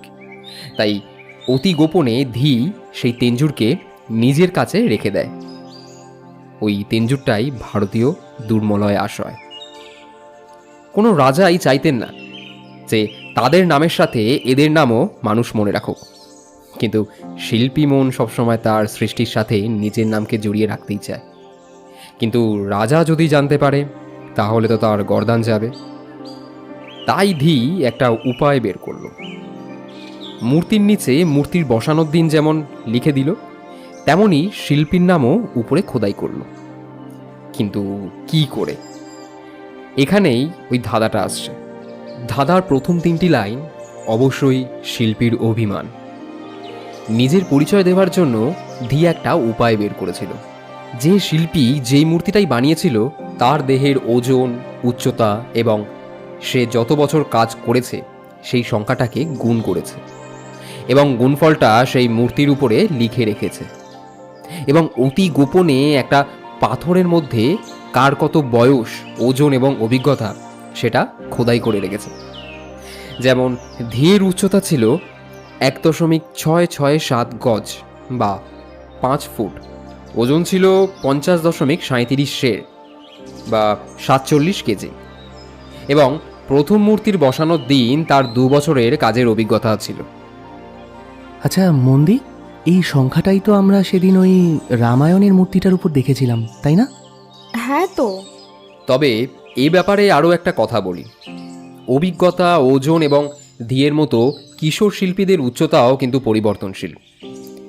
তাই আমার মনে হয়েছে শিল্পীরা প্রথম যেদিন মূর্তি বসাবে সেই দিনের ওজন, উচ্চতা ও অভিজ্ঞতায় শিল্পীর পরিচয় হিসাবে ধরা হয়েছে। কাল ওই মন্দিরের নিচের ঘর থেকে যে পুঁথিগুলো পেয়েছিলাম তাতেই এগুলো লেখা ছিল। তার সাথে আরও একটা কাহিনী আমি জানতে পারি। এতক্ষণ পরে শিবমের বাবা বলেন, বাবা, আরো কাহিনী! উফ! এবার ভারতী দেবী মুখ খোলেন, বলেন, হ্যাঁ, আর একটা করুণ কাহিনীও আছে। সেই সময় রাজার প্রধান স্থপতি ছিলেন যাদব নামের কোনো এক স্থপতি। মন্দির নির্মাণের কাজ তাকে না দিয়ে ধীরের মতো নিহাতি একটা বালকের হাতে দেওয়ার সে খুবই অসন্তুষ্ট হয়। কিন্তু রাজার উপরে কথা বলা যায় না, তাই সে ধীকে হিংসা করা শুরু করলো। এরপর মন্দির নির্মাণ শুরু হলো। তোমরা হয়তো জানো, আমরা যে প্রাচীন মন্দিরের গায়ে মূর্তিগুলো দেখি, সেগুলো কিন্তু অনেক সময় আসল মানব মানবীদের মডেল করে বানানো হয়েছিল। ভারতী দেবীর বর্ণনা করা ইতিহাসের প্রেক্ষাপট খানিকটা এই রকম। সেই সময় মন্দিরে মূর্তি বানানোর জন্য অনেক নারী পুরুষকে মডেল করে আনা হয়েছিল। এই রকমই এক সাঁওতাল কিশোরীকে মডেল হিসাবে আনা হয়েছিল। তার নাম বা পরিচয় অবশ্য জানা যায়নি। সেই কিশোরীকে মডেল করে মূর্তি বানাতে বানাতে ধী সেই কিশোরীর প্রেমে পড়ে। তারা তাদের ভালোবাসার কথা অনেক কষ্টে সবার কাছে লুকিয়ে রাখে, কিন্তু শেষ রক্ষা হয় না। কোনো এক শুক্লা চতুর্থীর রাতে তাদেরকে একান্ত ঘনিষ্ঠ অবস্থায় দেখে ফেলে যাদব। পরের দিন সে রাজার কানে সেই কথা তোলে। রাজা ধীকে মন্দিরের স্বার্থে ক্ষমা করলেও ওই মেয়েটিকে বন্দি করেন এবং প্রকাশ্যে নগ্ন করে মাথা মুড়িয়ে তার বক্ষ পিণ্ডদ্বয় কেটে দেন। সেই যন্ত্রণা সহ্য করতে না পেরে মেয়েটি মারা যায়। রঙের উৎসবের দিনে গোধূলিবেলার প্রেমিকার মৃত্যুতে বেরঙিন হয়ে যায় ধীয়ের জীবন। সে সারা রাত ধরে তাদের প্রেম কাহিনী লিপিবদ্ধ করে। তারপর নিজের মাথা মুড়িয়ে পুরুষাঙ্গ কেটে ফেলে প্রেমিকার মৃতদেহ নিয়ে ঢুকে যায় মন্দিরের গর্ভগৃহের অন্দরে লুকোনো কুটুরিতে। সঙ্গে নিয়ে যায় সেই দুষ্প্রাপ্য তেঞ্জুর, শিল্পীদের পরিচয় লিপি, মন্দিরের নকশার মতো তার কিছু পছন্দের জিনিস, যা কিনা সে অতি যত্নে অনেক কষ্টে অনেক পরিশ্রম করে বানিয়েছিল। ওই পাতাল ঘরের দরজাটার লকটা এমনই যে একবার যদি তা বন্ধ করে দেওয়া হয় তবে বাইরে থেকে না খুললে তা আর খোলা যাবে না। তারপর ওই ঘরে সে তার প্রেমিকার মৃতদেহকে আলিঙ্গন করে মৃত্যুবরণ করে। কিন্তু এত কিছু করেও যাদব শেষ রক্ষা করতে পারে না। মন্দিরের নকশা না থাকায় সে আর মন্দিরটা শেষ করতে পারে না। ফলে অসমাপ্ত মন্দিরের হিসাবে লোকচক্ষুর অন্তরালেই থেকে যায় মন্দিরটা। তার কিছুদিন পরে প্রজাদের বিদ্রোহের কারণে রাজবাড়িও পরিত্যক্ত হয়ে পড়ে। কালের গর্ভে হারিয়ে যায় এই অসমাপ্ত মন্দিরের কাহিনী। ভারতী দেবীর বলা এই সংক্ষিপ্ত বিবরণে একটা বিষণ্ণতা ঝরে পড়ে তার গলায়। বেলা চড়ছিল। পলাশ গাছের ফাঁক দিয়ে সূর্যদেব তার তীক্ষ্ণ কিরণ বর্ষণ করছিল। সুগতর মা চায়ের কাপ ডিশ গুছিয়ে রান্নাঘরের দিকে পা বাড়িয়েছে। এমন সময় সুগত বলে, কাপ ডিশগুলো রান্নাঘরে রেখে একটু তাড়াতাড়ি এসো তো মা। আমার মনে হয় উলম্ব চন্দ্রিলের শেষে আনুভূমিক সাদা কালোয় জোর বিজোরের খেলার ব্যাপারটা বুঝতে পেরেছি। সুগতর কথা শেষ হওয়ার আগেই বাইরে অটোর হর্ন শোনা যায়। গর্ভগৃহের নিচের পাতাল ঘরে নেমে ওরা চলে আসে বেদির উপরের শিবের মূর্তির সামনে। মূর্তির একেবারে সামনে দাঁড়িয়ে সুগত বলে, আচ্ছা, আমরা সবাই পাজল গেমের কথা জানি। সঠিকভাবে ব্লক সাজিয়ে খেলাটা খেলতে হয়। এটাও কিন্তু অনেকটা পাজল গেমের মতো। দেখুন, মূর্তির পাথরগুলো কিছু সাদা আর কালো রঙের, এবং পাথরগুলো উলম্ব বা ভার্টিক্যালি সাজানো হয়েছে। আর এই মূর্তিটাও বাইরের শিবের মতোই 3 + 3 6, 7 + 7 14, আর 3 + 3 6, এই অর্ডারই সাজানো আছে। এবার আমি যদি সবকটা পাথরকে খুলে উল্টো করে আনুভূমিক বা হরাইজেন্টালি সাজাই, তবে কি হবে সেটার কথাই হয়তো বলা আছে। সুগত এবার পাথরগুলো এক এক করে খুলে নিয়ে তাকে উল্টো করে আণবিকভাবে সাজাতে থাকে। শেষ পাথরটা সাজানো হয়ে গেলে স্তব্ধ হয়ে যায় সবাই। বেশ কিছুক্ষণ পরে মন্দাক্রান্তা কান্না মেশানো গলায় বলে, সুগত, এটা তো তোমার আর আমার মূর্তি। তবে কি ওই কঙ্কাল দুটো আমাদের? না মা, তোমাদের নয়। ওই কঙ্কাল দুটো সম্ভবত ধি আর ওই নাম না জানা মেয়েটির।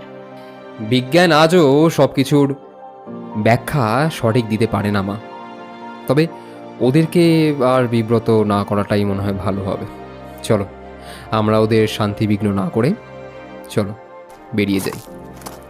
এক রাশ কষ্ট নিয়ে সবাই ওই ঘর থেকে বেরিয়ে আসে। সুগত দরজা টেনে বন্ধ করে দেয়। তারপর পাথরের খণ্ডগুলোকে দিয়ে নম্বর লকের নম্বরগুলো আটকে দেয়। কলকাতায় যাওয়ার রাতে ট্রেন ছাড়তে আর মিনিট 10 বাকি। মন্দাক্রান্তারা ট্রেনে উঠে গেছে। সুগত আর শিবম ওদের থেকে বিদায় নিয়ে বলল, স্যার এবার তাহলে আমরা আসি। আচ্ছা, এসো। তবে আর আমাকে কিন্তু স্যার ডেকো না। পরজন্ম আছে কি না তা আমি জানি না সুগত, তবে তোমার মতো বুদ্ধিমান এবং মেধাবী ছেলেই আমার মন মায়ের জীবনসঙ্গিনী হওয়ার উপযুক্ত বলেই আমি মনে করি। খুব তাড়াতাড়ি আমি আবার আসব আমার মন মায়ের জন্য। কথাগুলো শুনে সুগত লজ্জায় লাল হয়ে যায়। তারপর পায়ে হাত দিয়ে সুভাষিসবাবু আর ভারতী দেবীকে প্রণাম করে দীপাঞ্জনের দিকে এগোয়। পায়ে হাত দেওয়ার আগেই দীপাঞ্জন সুগতকে বুকে টেনে নিয়ে বলে, আরে ভাইয়া, তুমি আমার ছোট গিন্নির মন জয় করেছো। তোমার জায়গা আমার বুকে, আসো। ট্রেন ছাড়ার সিগন্যাল হয়ে যায়। ওরাও তাড়াতাড়ি নেমে যায়। ট্রেন ছাড়ার একটু পরে মন্দাক্রান্তা মোবাইলে একটা মেসেজ ঢোকে। মোবাইলটা খুলে দেখে সুগত লিখেছে, শোনো, বেশি দিন আর বিরহ যাতনা সহ্য করতে হবে না। দোলের দিন আসছি। রাঙিয়ে দিয়ে যাও যাও, যাও গো এবার যাবার আগে। মেসেজটা পাঠিয়ে লজ্জায় আরক্ত মুখে বসে থাকে সে। একটু পরে আবার টুং করে একটা মেসেজ ঢোকে। মোবাইল খুলে সে দেখে সুগত লিখেছে, রং যেন মোর মরমে লাগে, আমার সকল করমে লাগে। নিবিড় অনুরাগে মন্দাক্রান্তা ফোনটাকে বুকে চেপে ধরে। অন্ধকারে ভূতের মতো দাঁড়িয়ে থাকা পলাশ গাছগুলোকে পিছনে রেখে ট্রেন গতি বাড়িয়ে এগিয়ে যায় কলকাতার দিকে।